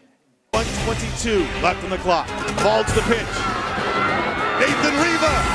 Touchdown Western! And the Mustangs have the lead. It's a 5-point game, but they've left 1:16 left on the clock. A lot of time. What a game this has been. 2nd and 10. Again, the blitz comes. And again, he completes. Blaze Morrison breaks a tackle. 15 gets a block. Touchdown Queens! The Gaels march 85 yards and punch it in for the go-ahead score with 13 seconds left on the clock. We said at the start of this game, if we saw anything like we saw in week 7, we'd be in for a treat. Didn't lie to you. We're seeing it. 36-30. Queens leads Western with the ball. Wide receiver screen to Travail. Tried to set up his blocks. Ends up with a gain of 6. First time we've seen the wide receiver screen used, this time off a pitch. Sorry to Bull. Backside. Fake pitch to Riva, back to Bull to the screen. That's something that's a good play on first down to get some positive yardage. That time it picked up 6 yards. It seems they're changing their offensive philosophy just a little bit to try and get some more momentum. 2nd and 4. Quick hitter to Passing. Will pick up the first down at the 44-yard line. You know what? They've gone back to a little more traditional style. Get what you can on 1st and 2nd down. Move the chains. Use time off the clock. Get back to controlling the flow on offense. You think that both teams got a little excited there in the third quarter? Got caught in the momentum of this? Well, so did we, Tim. Yeah, no. It's been one of those games and big plays back and forth. But yeah, you have to settle down and make sure the tasks at hand. There's still a ton of time on the clock. That was my question. Balls, play action. With pressure coming, going deep for Travail, who's open, he's got him! Forget playing it safe, another big play from Western down to the Gaels' 22-yard line as they pick up 44. And you want to talk about big plays at the end of this play. Faulds takes a pop by two guys. Williams and Smith come in. Boom, you just catch the tail end of it and throws a perfect strike to Travail, makes a beautiful play. Watch the contact at the end of this play. Whack, the sandwich. But that's the strength of Michael Faulds hanging in the pocket to his favorite receiver today. And Nick Travail is having a whale of a game. Almost 130 yards in total on 7 catches. Play action again. Faulds throwing, completing. Zach Bull in front of Vickers. And close to another first down. Really I like how Vickers asked for the push off there, sir. Great job by the Queens guys are very polite. Yeah. But that's the comeback route. They love to run. All Western receivers do it pretty well. Zach Bull runs to about a depth of 14 yards, comes back to 10, makes the catch, moves the sticks. First down, 10 to go from the 11-yard line. Final minute, third quarter. Riva, who has had to work hard for every yard he's picked up. Got 5 there, it'll be second down. That time, Matt Norman coming over from his left guard position, pulls around to the right-hand side. Opens up a little crease for Riva, but it has been a workman's day for Nathan Riva. This coming off a game in which he carried the rock 42 times for 279 yards. Got 23 carries to 67 yards. Big second down, crowd on their feet in the final minute of the third quarter. Riva surrounded and dropped in the backfield. Who else but Shamari Williams, along with Chris Smith. You cannot, if you're an offensive lineman, give up on the backhand side of plays. That time, Shamari Williams came from the backside, chased down right through the line of scrimmage, right by his men, gets into the backfield, and stops what would have been a huge play for Western just through plain hustle. He doesn't take plays off, Tim. He's going the whole time. Which will bring Wheeler out on third down. Another look. Great contain there to force him back to Williams, who finishes off the job. You remember the last time we saw Wheeler, he was being chewed out. Greg Marshall. Final play of the third quarter, and Wheeler hits the 3 to make it a 3-point game. We were expecting 2 of the best to go toe-to-toe, and that's exactly what we've got. We turned down the home stretch with a 3-point game. The right to call themselves Yates Cup champions.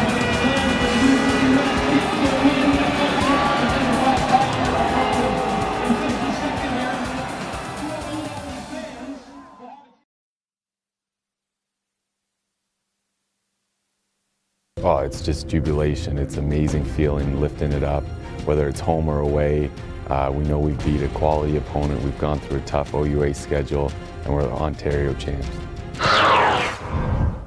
Back-to-back Yates Cup MVP, Michael Faulds, 19 of 26, 351 yards through 3 quarters, and he is trailing his counterpart from Queens, Danny Brannigan, who has put up 409. That is your quarterback matchup, brought to you by Bel Air Direct Car Insurance. Visit belairdirect.com for a car insurance quote today.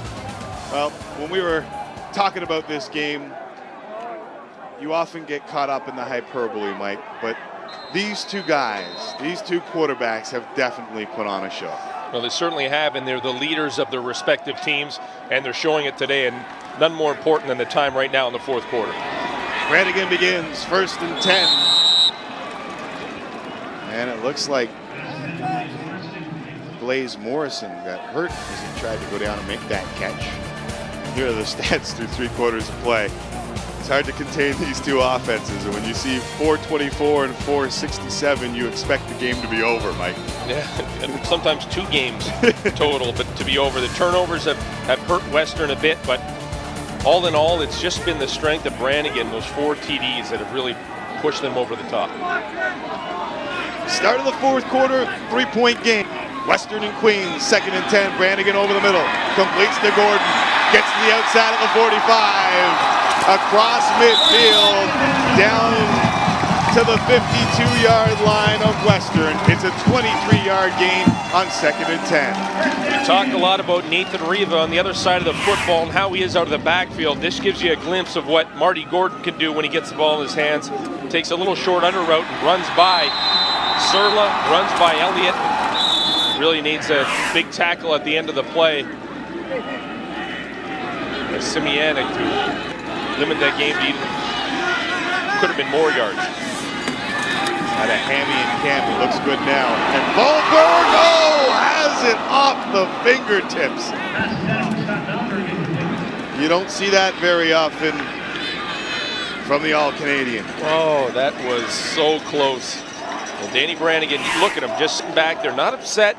Let's go back, do it again. That's the seam route. They have been killing Western on the seam route. This time, Valber gets his hand position a little backwards, so actually tries to stab with the right hand. Can't slow down the rotation of football. Which is why Jans is in that game. The seam route. They almost had another 6. Courtesy. Big play. Brannigan in the pocket has to step up. He will deliver. Ioannidis makes the cut inside and has the first down. And a gain is 16. Western screaming for a penalty, but no flags on the turf. You want to see patience. You want to see pocket presence. Take a look at number 5 for Queens. Danny Brannigan sitting in the pocket. People collapsing all around him. Stepping up when he has to, delivering a strike, and then Ioannidis makes a huge play, taking this upfield for a big first down. 1st and 10 from the 36. Queens looking to respond after the Wheeler field goal. Looking for Blaze Morrison. Can't make the reception at the 22. They go to the hooks to the field again, and that time, what an arm. Morrison and Valberg, they stop and kind of hover around that 10-yard mark. Brannigan throws it out there where no one else can get it, but Morrison just can't get enough on it to make the catch. Brannigan, who missed a game and a half because of a concussion, still finished 3rd in the CIS this year. Was a candidate for OUA Player of the Year, eventually won by Falls, of course. Facing a 2nd and 10. Straight back, pressure from Elliott. Got it away, but it falls incomplete. Connor Elliott forcing the ball out of the hands of Brannigan before he wanted to. And there's an example there of a cover 0 look, which means they're bringing a full-on blitz. No extra man in the defensive backfield. Connor Elliott comes off the line of scrimmage and gets into the face. Just enough to disrupt Brannigan as he's trying to look for Shane. Shane's complaining, saying, I got tugged on a bit. I'm trying to run that corner route. But no flag on the play.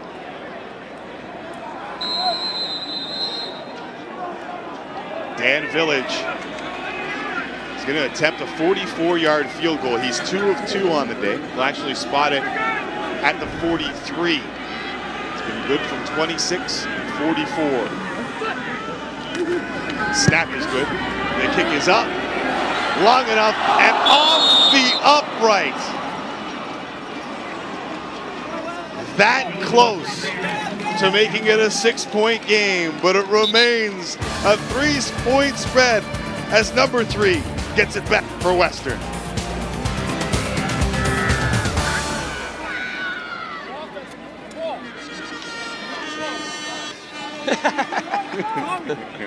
Tommy!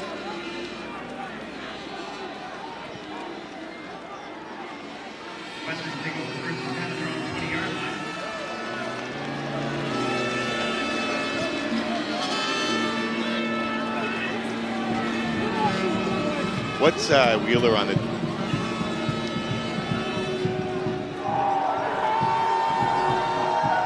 An 80-year-old Big Four rivalry here in Kingston. The Western Mustangs and the Queens Gaels in the 102nd edition of the Yates Cup. Western down 3, 12:33 left, 4th quarter.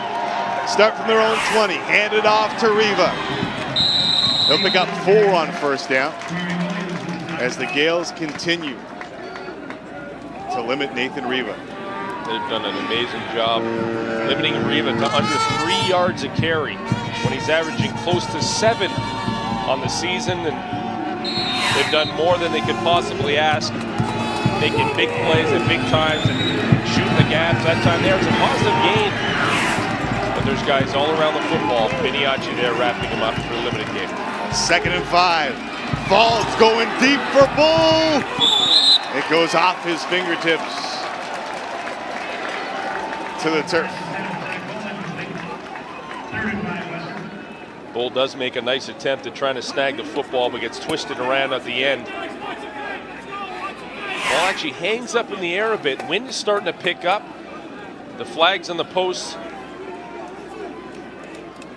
And it almost looks like Western's going to take this fourth quarter into the wind. I don't know if DJ has an opportunity down the field to get a better feel for it from where we are. Yeah, the wind is it is also dropped several degrees here in Kingston, getting a lot colder as the afternoon wears on. Wheeler into punt. Allen gets a block, flag down, and so is he at the Western 51-yard line. We will sort it out when we return to the 102nd Yates Cup live on the Score in HD.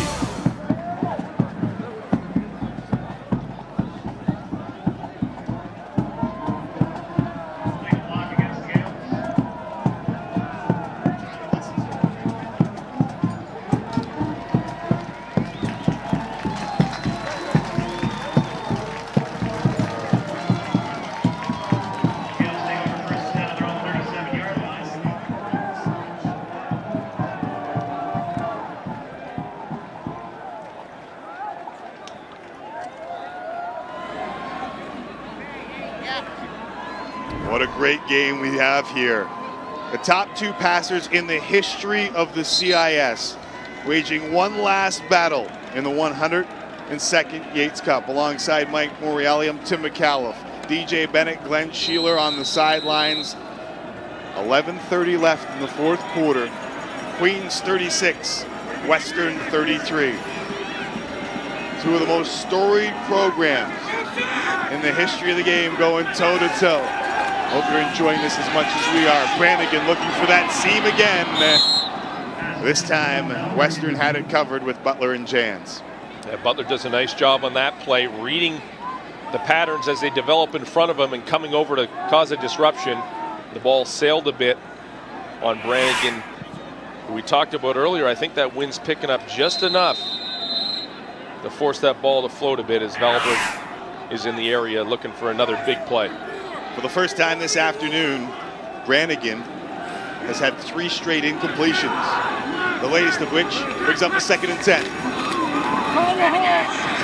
Valberg, one hand, because he can. And Hanser with a pretty nice tackle. That's 2 great plays on one same play. First of all, the nice catch by Valberg, sticking out the one mitt and bringing it down, the right-handed snag, and then Hanser. That's a big tackle, because when Valberg has space, he can make people miss. We've seen what it ends up like. And I don't think the guy with the white helmet is a part of the game. Even the streakers are going untouched here today, Mike. I never see someone care less. Oh, you don't want to do that.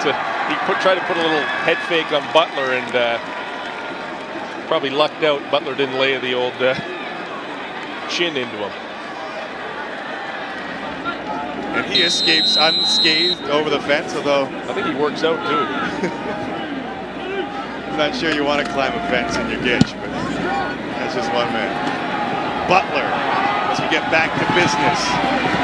Nice move out to the 38-yard line. A 45-yard punt, but a 15-yard return for number 15. And Western down 3, good field position. Great field position. Anytime you can bring that ball and have the starting point on your own 44 going in, it's a nice place to be. 10:34 left on the clock, a ton of time. Got to watch the patience now of Mike Faulds. He tried to go deep the last series. Zach Gold came up short. See if they maybe go back to their quick game, their 5-6 yarders on first down. Play action from Falls. He's going to go deep. Down the sidelines. Got a man. Got a reception. Inside the 25. Down to the 22. It's Zach Bull. And it's a gain of 44 yards. You know, they missed Zach Bull on the last possession, but what a strike Mike Falls threw on that one. I talked about chipping away, getting your 5-6 yarders on first down. Now with a Mike Falls behind center, he goes over the top.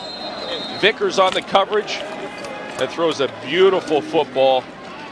Zach Bull makes a nice play, drags forward for another 4 or 5 yards, and wow, instant field position. Now you know why he's the nation's leading passer.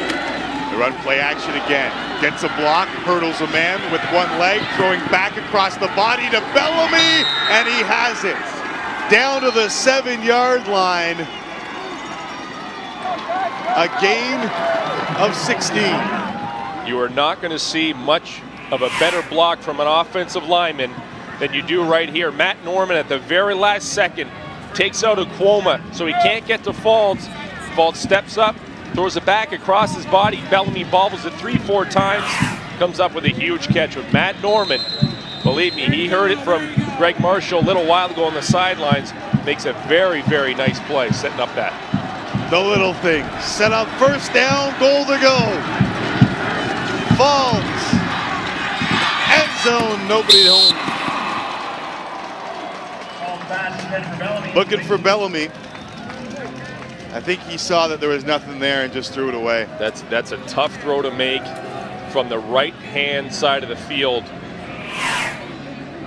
Throwing all the way to the other side from the right hash to the sidelines is that's a 40-something yard throw, and you know what?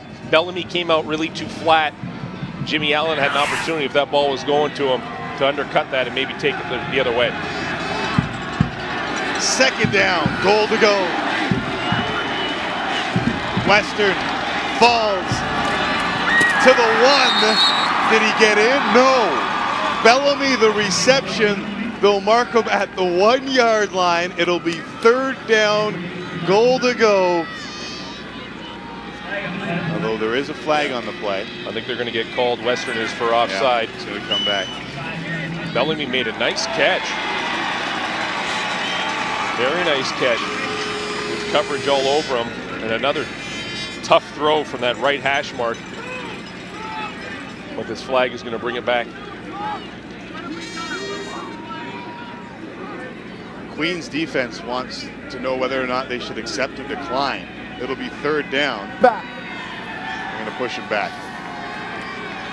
Offside. I would agree with that. Western, Oh, yeah. 5-yard penalty. It remains second down. Greg Marshall's going for it, regardless on third down on the football field.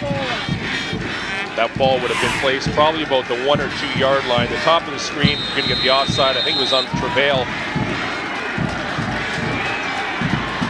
See Falls sit in the pocket. That knee still bothering him a bit. Second down, goal to go. Crowd to its feet. Western working from the 12-yard line. Falls, tipped, and incomplete. John Miniacci, along with Kyle McDonald, in the middle. Miniacci comes up, big number 99, puts his hands up, can't get to the quarterback. Next best thing, put your hands in the air. Knocks the ball away.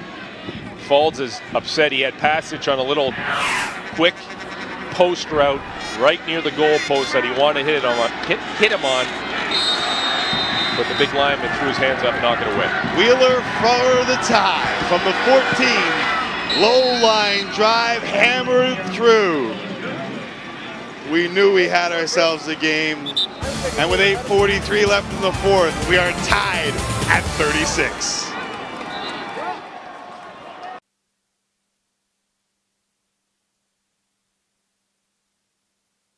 The kick is up, and it is good. The Western Mustangs remain undefeated. Pollock in the shotgun. They run the option. Pollock, is he in? They say no. Ottawa holds, and they will win this football game with 5 seconds left. Again, the blitz comes. And again, he completes. Blaze Morrison breaks a tackle. 15, gets a block. Touchdown, Queens!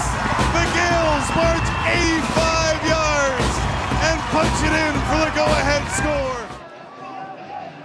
Our 8th season broadcasting OUA football here on The Score, and we have had some great finishes. But in our last game, 2009, we may yet have our best. Tied at 36, 8:40 left to play, fourth quarter, Queens and Western. After the field goal by Western, Queens chooses to scrimmage from the 35, and they'll pick up 5 yards on first down with Marty Gordon. Both teams trying to figure out each other's defenses after 3 quarters of playing football, and nice positive run by Marty Gordon. Leaves him in a second and long 5 situation. Gordon now 9 carries, 61 yards. Out of the backfield, they find him again. Connor Elliott bounces off that. But the Silver Buckets rally to the football. Jamie Simianic along with John Surla after Connor Elliott tried to drill him. Yeah, that's a nice play by the Western defense, really rallying to the football. Ball gets out into the flats early to Marty Gordon. Elliott has the first stab at him, doesn't take him to the turf, but slows him down enough that Simianic comes over, and then Surla from his middle linebacker position wraps up. That's hustle on that defense who want to get the ball back into their offense's hands. Saw Surla trying to deliver the pop. He's had that shoulder problem. They just throw it back in. Saw the look on his face as if his shoulder was dislocated and they just put it right back in. Why not? Butler, plenty of room. Couple blocks out to the 45-yard line. And the Western Mustangs again with a short field, tied at 36, 7:22 left in the fourth.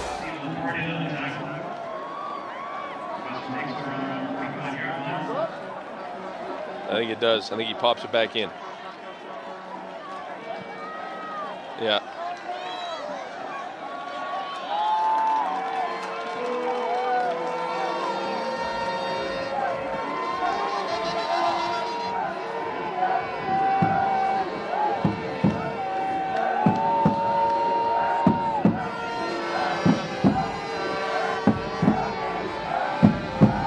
When there is no tomorrow, Mike, you do certain things. And Connor Elliott playing through a painful shoulder injury. Do they pop this back in here? Take a look at his eyes and you tell me. See the John whites of his Surla eye. became the trainer on that play. That shows some heart. That's not a pretty, if you dislocate a finger, that thing hurts for months. Great job by the boys in the truck to get that look to you. On first and 10, Falls looking deep again, and he's got his man again. Zach Bull with another big play inside the 25-yard line. Mike Falls to Zach Bull, and again a nice delivered strike in the middle of the field. No safety in sight, and the ball goes up in the air. Beats his Ben DeAndre on the play. The man covering him, and you know what? Bull does a nice job separating himself from the defender and getting his body in front of him for a huge catch. 40 yards, give him 157 on the day. Give Western a first down. Late flag as Rooney tossed Riva out of bounds. And those are the plays you don't expect from seniors. We've seen a few of these today, and I think the majority of them, if not all of them, have gone against Queens. And they're these late plays at the end of the play, or late penalties at the end of the play that have serious consequences in terms of field position, because they're big ones. These are 15-yarders. Unnecessary roughness, face mask, Queens, half the distance to the goal line after the play, first down. So it wasn't the late hit, it was the face mask that Rooney got a hold of. As they had bottled up Riva again. Although along the sidelines, you don't need to do that. No, the ball, he's already out of bounds pretty much the whole way right there. I mean, it's one of those tough ones. Falls for the lead. The catch is made, and they will mark it out at the inch line. Travail laying out to come up with that ball, and they will mark it out at the 1. You know, just when you think Western is out of it, they come back. A great football catch here, laying out. Ooh. Oh, that to me. You watch the reaction of Michael Falls here, who throws a beautiful football. That ball was caught. It looked like it crossed the plane. Remember, just has to cross the front of the line of scrimmage. And John Leckie, the deep back, could have his 4th 1-yard touchdown of the game. They hand it to him. TJ Leeper on the tackle. And that ruling at the 1-yard line could be massive as Western stuff on 1st down. Leeper gets in the backfield in a hurry. Shamari Williams there as well. Leeper, the first one to get there, and how is he getting in there that quickly? 2nd down, goal to go. Tied at 36. Just under 6 minutes left in the 4th quarter. Leckie, the ball carrier, drilled in the backfield.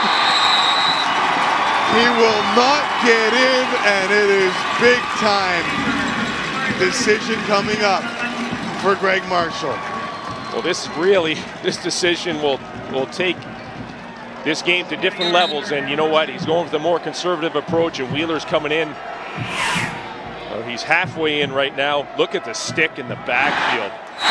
Wow. You got to take the points at 36, no? You got to take the points. The difference is, do you take 7 or do you take your 3? And right now, Wheeler's coming out to take the 3, but let's think back to that missed point after. Right now, Western would be in the lead. That's the difference. He missed the point after, but he is 3 of 3. Good from 28, 14 and 19.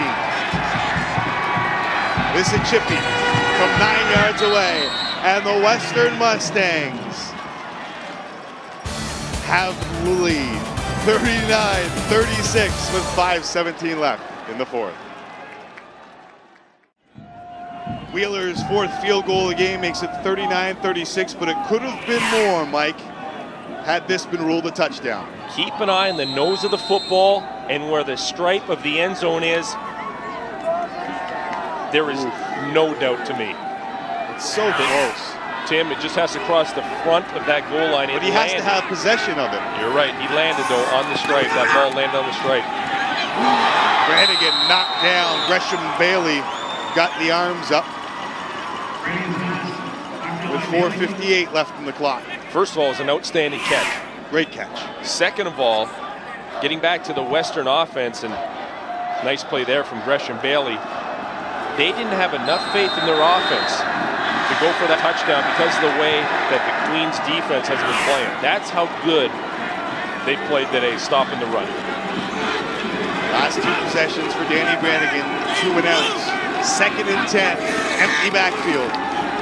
Brannigan over the middle. Ioannidis has got it, and he hangs on to it, surviving the contact from Jans. It's a 28-yard Gaels gain. You know, we always talk when you're an offensive-minded player about throwing into windows and seams, and right there was a perfect example. Ioannidis on the ground, took a little shot at the end of the play. Probably a little winded right now. I don't know how serious it is, but Brannigan found the little crease that Ioannidis settled into. About the middle of your screen, you'll see Ioannidis coming. Look at that strike. Takes a shot at the end, right in the small of the back, and that does not feel good. But wow, you know, you talk about touch, you talk about confidence. Ioannidis up on his feet after a fantastic catch, but the way he settled into that zone, Western's dropping back into the zone, doesn't want to give up anything deep, but they're giving up a 20-yard catch with 4 defenders back there. Nice job by both Brannigan and Ioannidis. 466 yards, 4 touchdowns, no interceptions for Brannigan. the latest 28 yards to Ioannidis, who paid for it. 1st and 10, Queens from the Western 47. Brannigan barking out the signals. They hand it off. Gordon dragged down by Kaiser, but he'll pick up 11 and keep the drive alive by moving the sticks. You want to talk about cutbacks? Take a look at what Gordon does here. Cutting back, Connor Elliott comes to make the tackle. Surlitz too, they both end up on the ground. Kaiser has to wrap him up, but a nice job of using some fancy footwork, coming back, watching his blockers in front of him. Big play. In week 7, they went back and forth. Here in the Yates Cup final, they continue to punch and counterpunch. This time Jimmy Terrian gets the ball, but Chris Greaves, the OUA All-Star at defensive tackle, drops him for no gain. Yeah, Greaves in that defensive line sniffed out the draw play there. First time we've seen it used by Queens all game, and on first down, kind of a little bit of a tendency breaker, but Isavides lets Greaves go. Didn't get enough on him, and Greaves makes a big play. So it's 2nd and 10. Gaels down 3. Just under 3.5 left in the 4th quarter. Brannigan over the middle, has the completion, has the 1st down. It's Ioannidis back in the game with a big play. You want to know why Coach Sheehan likes how Ioannidis plays, because how cerebral he is. He sits down in zones right in the middle of your screen. You don't need to run through it. Find out where the open area is. Look back to your quarterback, make yourself a target, and the ball ends up in your hands. Well-run play. 133 yards receiving for Ioannidis. He had 125 in their first meeting. 1st and 10, Queens from the 16-yard line. Brannigan over the middle for Ballberg. Touchdown, Queens!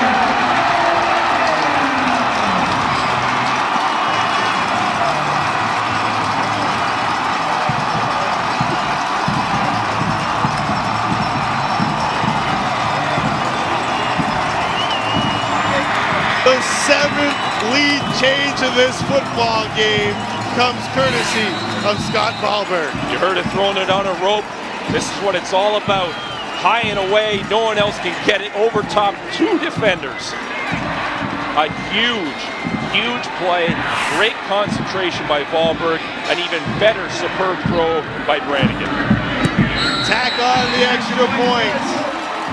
And the Oil 5 plays once more.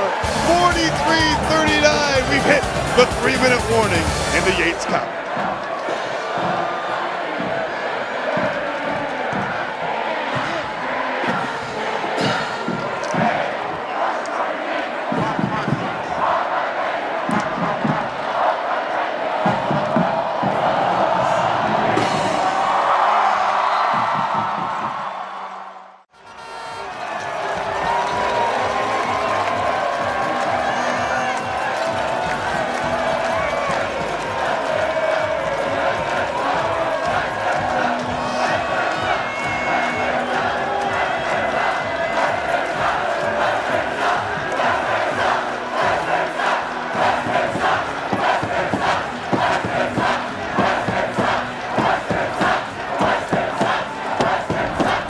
Two bitter rivals first met back in 1929, and I'm not sure we've seen a game like this since.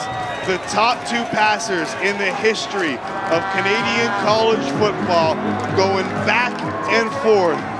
Queens leads 43-39 with 2:49 left on the clock in the 4th quarter. You know, we talk off the top, Tim, about it not getting much better than this, and when the game unfolds the way you anticipate it to unfold, it just creates a situation where there's less than 3 minutes left in the game, and this is what it's all about right here. Joe Paterno once said, what counts in sports is not the victory, but the magnificence of the struggle. I hope you're enjoying the magnificence of this struggle. Cancer out to the 26-yard line, and Mike Falls, the OUA MVP, in a close vote with Danny Brannigan, will get his shot with 2:42 left in the clock. The Don't underestimate the value of coaching on either side of the field, either sideline right now, to manage this clock, manage the hurry-up drill if needed, at the most important time of both seasons, of this season for both teams. This is an unbelievable scene. Queens players getting the crowd jacked up. 1st and 10 Western from the 26. Riva on the handoff, got big fellas in front of him. And a flag goes down as Riva hits the turf at the 30-yard line. This may come back. Definitely going to come back. He's going to be holding on the receiver to the wide side as Riva tries to stretch it out. But again, I think Jimmy Allen is the guy that forced the penalty flag.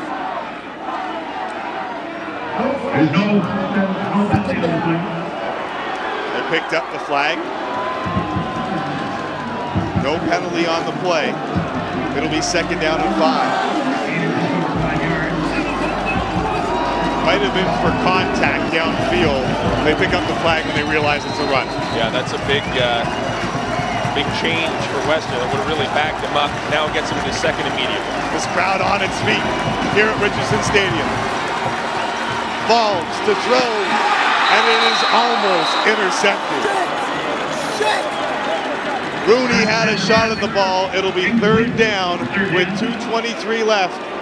And the punt unit comes on for Western. It's a miscommunication here between Falls and his receivers. It's a quick throw. Passage doesn't float to the outside. Rooney has a legitimate chance at it. Kind of jumps between Bull and Pasick, and ball falls short. Now this is a big punting situation. Wheeler needs to come up with a nice kick to force Queens back. If you're wondering about the decision to punt, remember, back in week 7, Queens got the ball back with 1:16 left in the clock, marched 85 yards for the game-winning score. Back of Greg Marshall's mind as he sends Wheeler into punt. It is a short kick that will take a hop to the 50 and the midfield. With a 4-point lead, Danny Brannigan can put an end to this. Take a look at Greg Marshall on the sideline, calm and composed. The same with Pat Sheehan, as outruns Danny Brannigan, who you don't write too many better scripts for what you're seeing today. With the opportunity with 2 minutes and 12 seconds left, up by 4 points, to take all the time he can, work his way down the field. 2:12 left. 1st and 10 Queens. Marty Gordon, the ball carrier. Stretch out ball comes loose. They'll say he was down. Whistles go, and it's the right call. The right gain call of for 4. Whistles were down. The body was down first. Ball pops loose late at the end.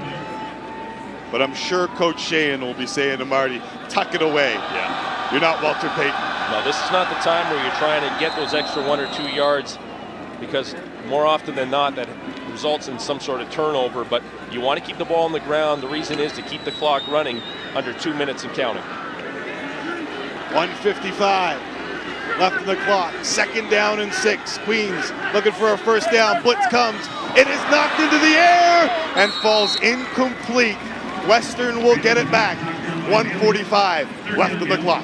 A nice play again by the defensive line of Western, who all game has had issues. Gresham Bailey takes one off the face, bounces up in the air. If you want to know why Danny Brannigan didn't go to catch it, he can't throw it again. You can't have 2 forward passes. I will say something though. If he catches it, takes a knee, clock keeps running. That's a good point.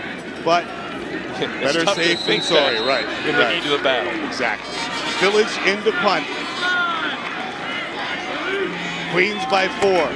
Low snap, able to handle it. Low kick, Butler. From the 16. Craig Butler with a 9-yard return out to the 25-yard line, and it comes down to this. 1:36 left in the clock, and the ball placed in the hands of the nation's all-time leading passer. The crowd rises here in Kingston. will we match week 7? Tim, it's been an absolutely outstanding game so far. So fitting that these two teams, with these two quarterbacks leading them, should come down to the wire, just like I'm sure the voting did for Heckbright nominee, for All-Star.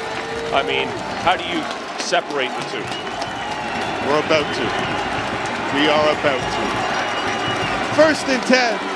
Draw play with Riva. And Nathan Riva will pick up 11. 1:30 left on the clock. A little change of pace again. You see Riva wincing a bit. He's been banged up as of late too. Draw play up the field and big game. 1st and 10 now from the 36. Falls under pressure. Has to escape. Remember, working with one leg, going deep for Travail. He made the catch inside the 35. It'll be 1st down Western after another big play by Mike Falls. 41 yards the game. You watch Greg Marshall on the sideline. He's asking for the guys to huddle up, to get together. Travail, an outstanding catch. Mike Falls making things happen. Guys are turning a broken play into something downfield. Travail, little subtle push off. There's no doubt about it, but he gets away with it because he doesn't extend his hands. Jimmy Allen right in the coverage, but wow. Timeout Western after the 41-yard gain. Travail, a big day, but Mike Falls has just gone over 500 yards passing in this game. This is just an outstanding display of football by two of the all-time greats. If you don't like this, you don't like football, period. Because what you're seeing here is a display by two great leaders, two great teams, and two great coaches. You know, Tim, there's not much more to say to that. It's played out on the field the way it should have played out, with two evenly matched teams, well coached, like you said. Western with an opportunity now with 1:12 left on the clock. On the 33-yard line of Queens, down by 4. Marshall was discussing the play clock and the game clock, making sure he gets all the time he needs.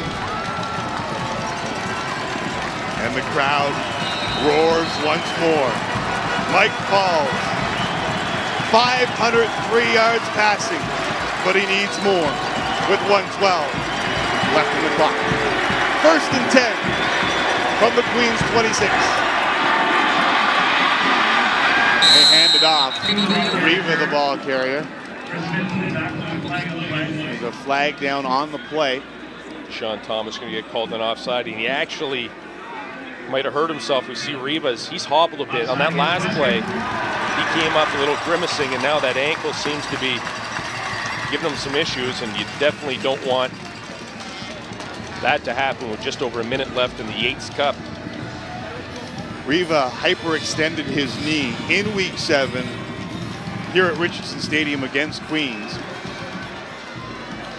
They're going to push him back here. You'd assume they would have to. Offside, Western, 5-yard penalty. It remains 1st down. So it'll be 1st and 15. So Tim, here's the situation we talked about. I don't mean to cut you off here, but I'm excited too. They have to go for 7. Yes. That single point, a huge thing still. There's no chance of tying up here. They got to go for 7. 43-39, Falls on the roll. Looking to the flats. It falls incomplete. And Falls is down on the turf and slow to get up. And this is the last thing that you want to see. Falls down, and he will have to come out unless Western uses their timeout. He has been battling a knee injury for about 5 weeks now. And what a way this would be to end his career. You know, it's not a structural issue per se. It's something that keeps flaring up on him. We've seen him come out on several occasions. And when Donnie Marshall has come in, Western has looked for big plays. And with a minute left, That's exactly what they need. We saw him come in against Queens. He went deep immediately. It was an incomplete pass. The second time he got in against Guelph, big bomb, this time complete to Travail. And last week against Laurier, they attempted the throwback with Pasick, and Marshall had an opportunity to drop the football. Michael Faulds, the nation's leading passer, down 4 points with a minute left in the OUA season, is helped off the field. And Donnie Marshall has to step into the fire. The coach's son in his second year, facing 2nd and 15 from the Queens 37. What a situation for Western. Will they respond? They hand it off to Riva. He's trying to get to the outside and is shoved out of bounds near the 25-yard line. It'll be 3rd down and 3. Probably a good decision for Donnie Marshall. Hand the football off. I know they're doing some scouting on that Queens sideline, knowing that he usually goes for broke. Riva smartly gets out of bounds to stop the clock. Mike Faulds right now, a frustrated trying to get back into the game, and they held him. 1 timeout left. 54 seconds left on the clock. Unbelievable drama. 3rd and 3. Crowd on its feet. They will pitch to Riva. Cuts it up. Hammered. It'll be awfully close. The season comes down to a measurement.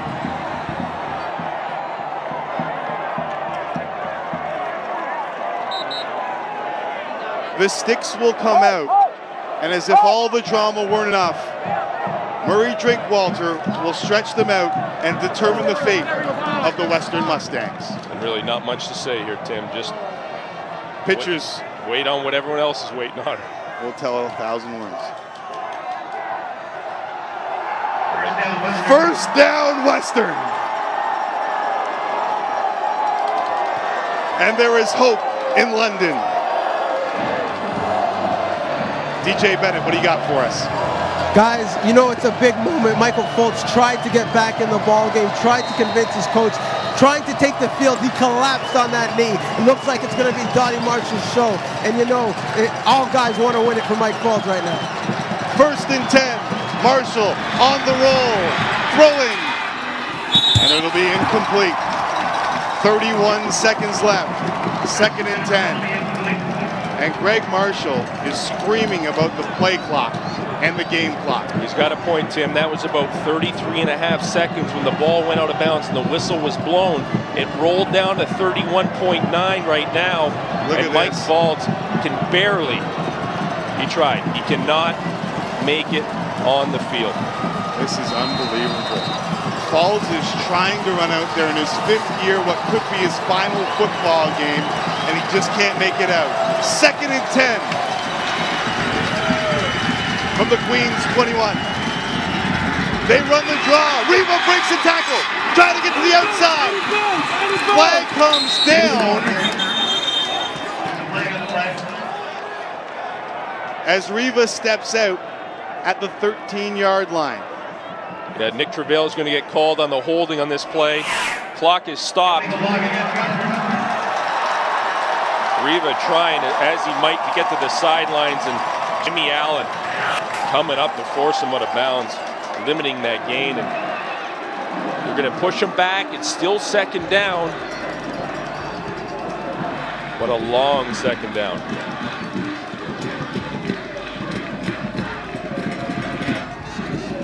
.25 seconds left on the clock. Queens leading 43. Western, 10-yard penalty. It remains 2nd down. 39. Mike Faulds has been trying to get onto the field. In his 5th year, the nation's all-time leading passer just can't make it. And Donnie Marshall, the sophomore from London, he won a Western Ontario Bowl in high school, but this is different. It's the 102nd edition of the Yates Cup. 2nd down and 20. Ball placed at the 32. Marshall, here comes the pressure. He escapes, throwing on the run, and it falls incomplete. The season will come down to this. 3rd and 20 with 17.5 seconds left on the clock. It is a shame to see Michael Falls on the sidelines in this opportunity. Oh, it is. And you look at Donnie Marshall here getting thrust into the biggest game of his life, and Cuomo comes in to flush him, and he just throws a desperation pass, and the intended receiver, Zach Bull, but over his head. He's going to get another opportunity now as he comes to the sidelines, and you look at Mike Falls. Not just the season on the line, his career is on the line. And basically, if he can walk, he's going to go in there on 3rd and 20. The problem is, Tim, it's at the point now, I don't know if he can make it from the sidelines. And you know you go to war with these guys each and every day for 5 years. And on 3rd and 20, Michael Falls will get to determine his fate. What a scene here at Richardson Stadium. Two of the most storied programs in the history of Canadian college football. The top 2 passers in the history of the CIS. And it comes down to this. 3rd and 20, crowd on its feet. 17.5 left on the clock.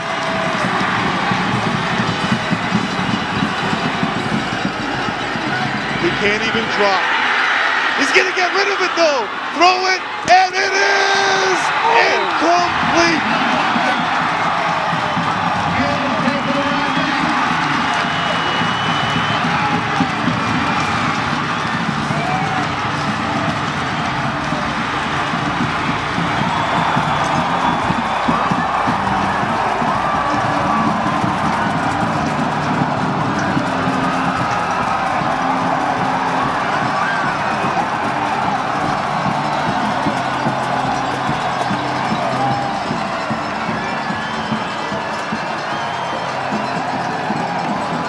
Do not hang your head. Michael Falls gave it his all. I don't know, Tim, how he got out of the pressure initially to even get this football off down the field, and not much more to say other than the most valiant of efforts.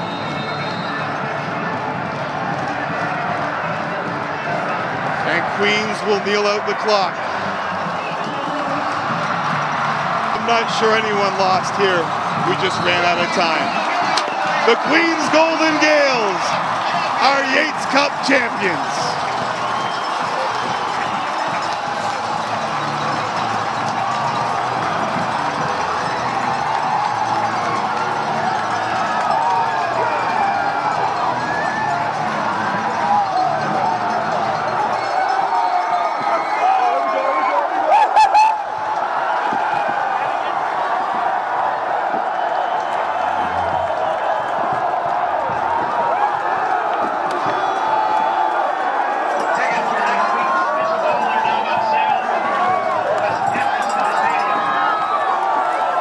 Mike, at the start of this broadcast, I turned to you and I said, I'm not sure how to do this game justice. And I look at you at the end of this game and I say the same thing. I'm not sure I can do this justice. I really don't know. It was one of those games that, you watch, you get the opportunity to be part of, and boy, you give credit to the guys in that field for living up to what we believe OUA football is all about. For the first time in 31 years, the Queens Gaels are Yates Cup champions. Let's go down amidst the madness. Take a Len Sheeler. Len? It is the madness here with Jimmy Allen. Just describe this moment. Oh, it's unbelievable. Feels like a dream right now. What a game. What a game. The offense stepped up. We didn't play that well on D, myself especially. We give some props to our own, Danny especially. The offense won this game for us. This means a lot to the university, to the community. It's been 31 years. It means a lot. Way too long. Now we can bring it up. Thanks, Jimmy. What a great scene here in Kingston as the Gaels are golden once again. An unbelievable football game, and Jimmy Allen and the rest of those fifth-year seniors on Queens helped pull them through, but there is one fifth-year senior for the Western Mustangs. Back-to-back Yates Cup MVP on one leg. And there are rumors now that the season is over for Western, that knee was torn up. That there was a torn ligament in that knee, and Falls had played through the pain for the last 4 weeks. And never once did we ever hear any sort of complaining about it, use it as a crutch in any way. Comes into the football game basically on one leg and gives his team an opportunity to move the football. What more can you say? Let's go back down to Glenn Sheeler standing by with Shamari Williams. Shamari, what's going through your head right now? Man, it was just a great victory, great team victory. You know, we didn't play our best, but we played well enough to win, and that's what counts. What about Danny's performance today? Danny's a great competitor, great quarterback. You know, he's the best in the league, and he stepped up for us and did it big for us. How were you guys able to stop Nathan Riva in this high potent Western offense? Because not many teams have been able to do that. Man, come on, we're the best defense out here. We stop anybody. I said it. We stop anybody. Thanks, Shamari. Congratulations. Thank you. Shamari Williams comes back from the University of Houston, where he played 3 years with the Cougars, and it all seems worthwhile right now as the Gaels can celebrate a Yates Cup victory at home. Danny Brannigan, 27 of 45, 501 yards, 5 touchdowns, no interceptions. Michael Falls, 24 of 37, 503 yards, and a touchdown on one leg. That says it all. I don't know how I hand it off to you after that, because these two quarterbacks put on a show, these two teams put on a show, and like I said earlier, I hope that you enjoyed the magnificence of this struggle, this game, Mike. A lot of people in this country don't give it enough credit, but in the CIS, you see great football, and you saw it here today. No, you certainly did. Shamari Williams made the bold statement they have the best defense. They can stop anybody, and the way that he personally played tonight, he's got my vote. He played like a man on fire.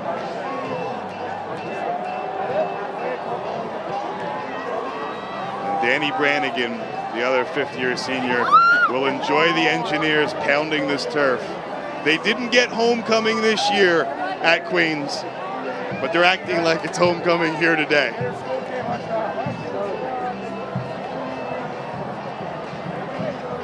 Jubilation here at Richardson Stadium for the home team.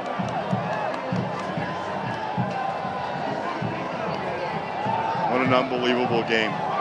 You really, when you look at the ebbs and flows and the way that the game went, I mean, literally with the lead changes, with the amount of yardage put up in the air, with the receivers on both sides of the ball making huge plays, and comes down to the guy who has an opportunity to do it in the end and just doesn't work out like planned. The joy of victory and the agony of defeat, but there should be no agony for Mike Falls. He played himself a whale of a game, and he's standing by with DJ Bennett. DJ? Guys, one of the toughest things I've probably ever had to do. Mike Falls, amazing performance, the best performance I've ever seen you have in win or defeat, over 500 yards. Just tell me your emotions right now that your career has come to an end. Well, it's upsetting that the career is over, but I'm happy with the way our team battled. We knew it was going to be a battle down to the very end, and it was, and it's too bad how it ended, how I got injured. I was dying to get back out there, but I don't know. All the credit goes to Queens. They had a great team, and hopefully they can represent Ontario next week. I know you're a student of the game. You watched all the great comebacks by QBs, and during your career, you've had some yourselves. Talking to you, all you wanted was the ball last. You knew you were going against a great QB. How frustrating was it for you when physically you knew you couldn't get out there and do what you wanted to do? It was killing me. My knee's given out the last few games, and usually it happens earlier in the game that settles down when I get back in there, but The fact it was at the last play of the, or last drive of the game, time was our enemy, and I just couldn't get back in there. Well, I'm pretty sure we haven't heard the last of Michael Faulds. I thought I knew a lot about you before, but I learned a lot about you in defeat. Champion at JF Ross, champion at SAC, still a champion at Western, champion performance. I appreciate it. All the best, man. For the uninitiated, DJ played with Michael Faulds at St. Andrews College, won a Metro Bowl title with him in the Toronto area. Those two go way back. And like DJ said, an incredible performance. The Queens Golden Gaels will be presented the 102nd Yates Cup when we return to Richardson Stadium. University Rush on the Score is brought to you by Pioneer. Earn bonus bucks at Pioneer Petroleums to spend on fuel, snacks, and more. By Pizza Pizza, the official pizza of the OUA. Order your favorite pizza before, during, or after the game. Pizza Pizza, always hot, always fresh. And by Wilson, makers of the Wilson F2001 football, the official football of the OUA. Sports broadcasters often throw around the term instant classic way too easily. But here, the oldest trophy in football was awarded in an instant classic. The Queens Gaels are victorious at home, beating the Western Mustangs 43-39.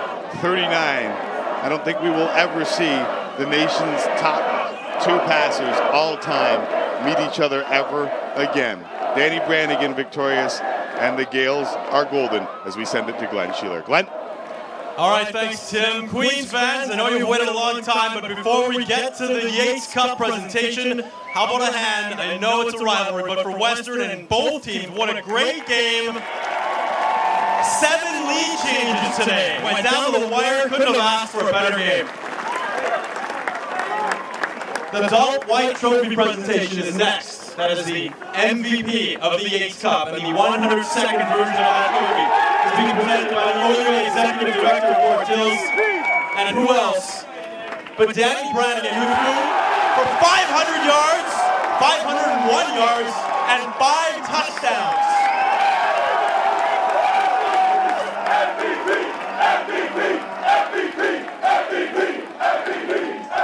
Danny, describe this moment. It's great. I'd like to thank all the fans for coming out. They're huge today. Thanks, guys. How huge was this for this program, for this community? It's been 31 years, and you guys have some great football teams, and now you've gotten it done. Yeah, definitely. This is very exciting for us, and it was a real good game today. The team played very well. I'm very proud of everyone out here today. I heard the MVP chants out here earlier this week. It was Michael Faulds who got the MVP. Did you prove them wrong today that you should have been the MVP? Not up to me. It doesn't matter.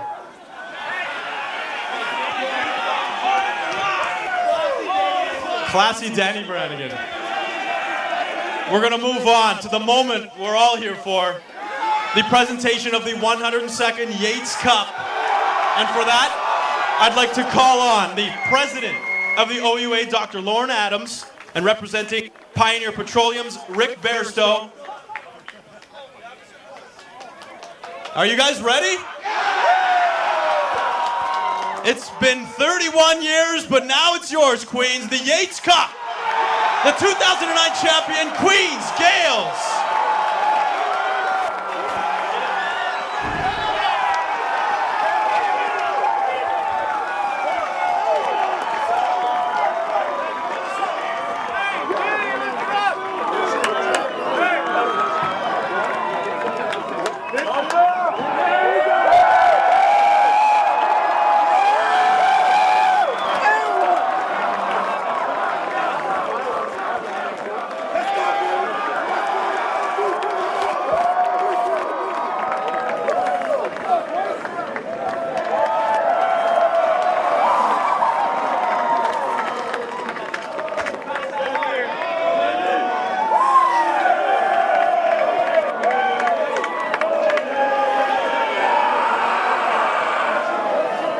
Coach Pat Shanahan, I can't help but notice you just taking this all in right now. Just describe your feeling. I would first of all like to say how proud I am of all the Queen's students who showed up today. You were definitely the 13th man. I would also like to thank the members of the Kingston community who came today. I know we kept you waiting a few years, but all I can say is we're number one today. Coach, you come into this game, had such a great season, and you had to close it out, and you did. What does this moment mean right now to you? Well, this is really the completion of a long run. Last year was a big disappointment after a great year. This is the way you should finish years like that, and that's the way we're doing it.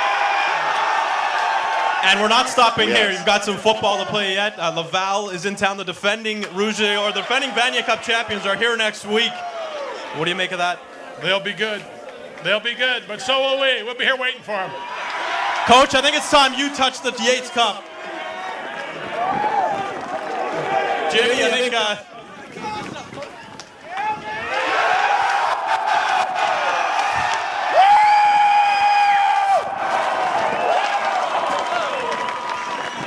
Congratulations once again to the 2009 Yates Cup champion, the Queens Gaels.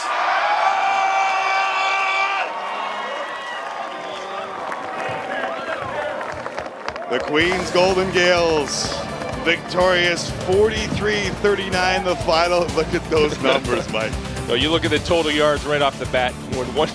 610 yards for Western on a losing cause, and just under 580 for Queens. And just a fantastic day of football on both sides of the ball, offense, defense, and Queens came up top, and they're well deserving of it. Is there anything left to say? I mean, what we said off the top, there's no way to do justice to this game. We will probably never ever see the top two passers in the history of the CIS go toe-to-toe, and to see them go toe-to-toe the way they did is unbelievable. So I'm very thankful to have the opportunity to stand beside you and call this game today along with everyone else, and what a great show we had. The 102nd Yates Cup is awarded to the Queens Golden Gaels, concluding our 8th season of CIS and OUA football coverage on the score. I know I speak for everyone at our station when I say we are proud to truly support university athletics on the score. There are so many people to thank: our producers Chad Walker and John Coleman, our director Paul Griss, Mike Morielli, DJ Bennett for all his hard work throughout the year, Glenn Sheeler, Laura Dyken, Sheldon Alexander, James Ladd, Mike Pilon, Peter Budziak, our entire crew as we pass the torch to TSN for the national semifinals. We do so with pride. An unbelievable finale to an unbelievable season as the Gaels are golden once more.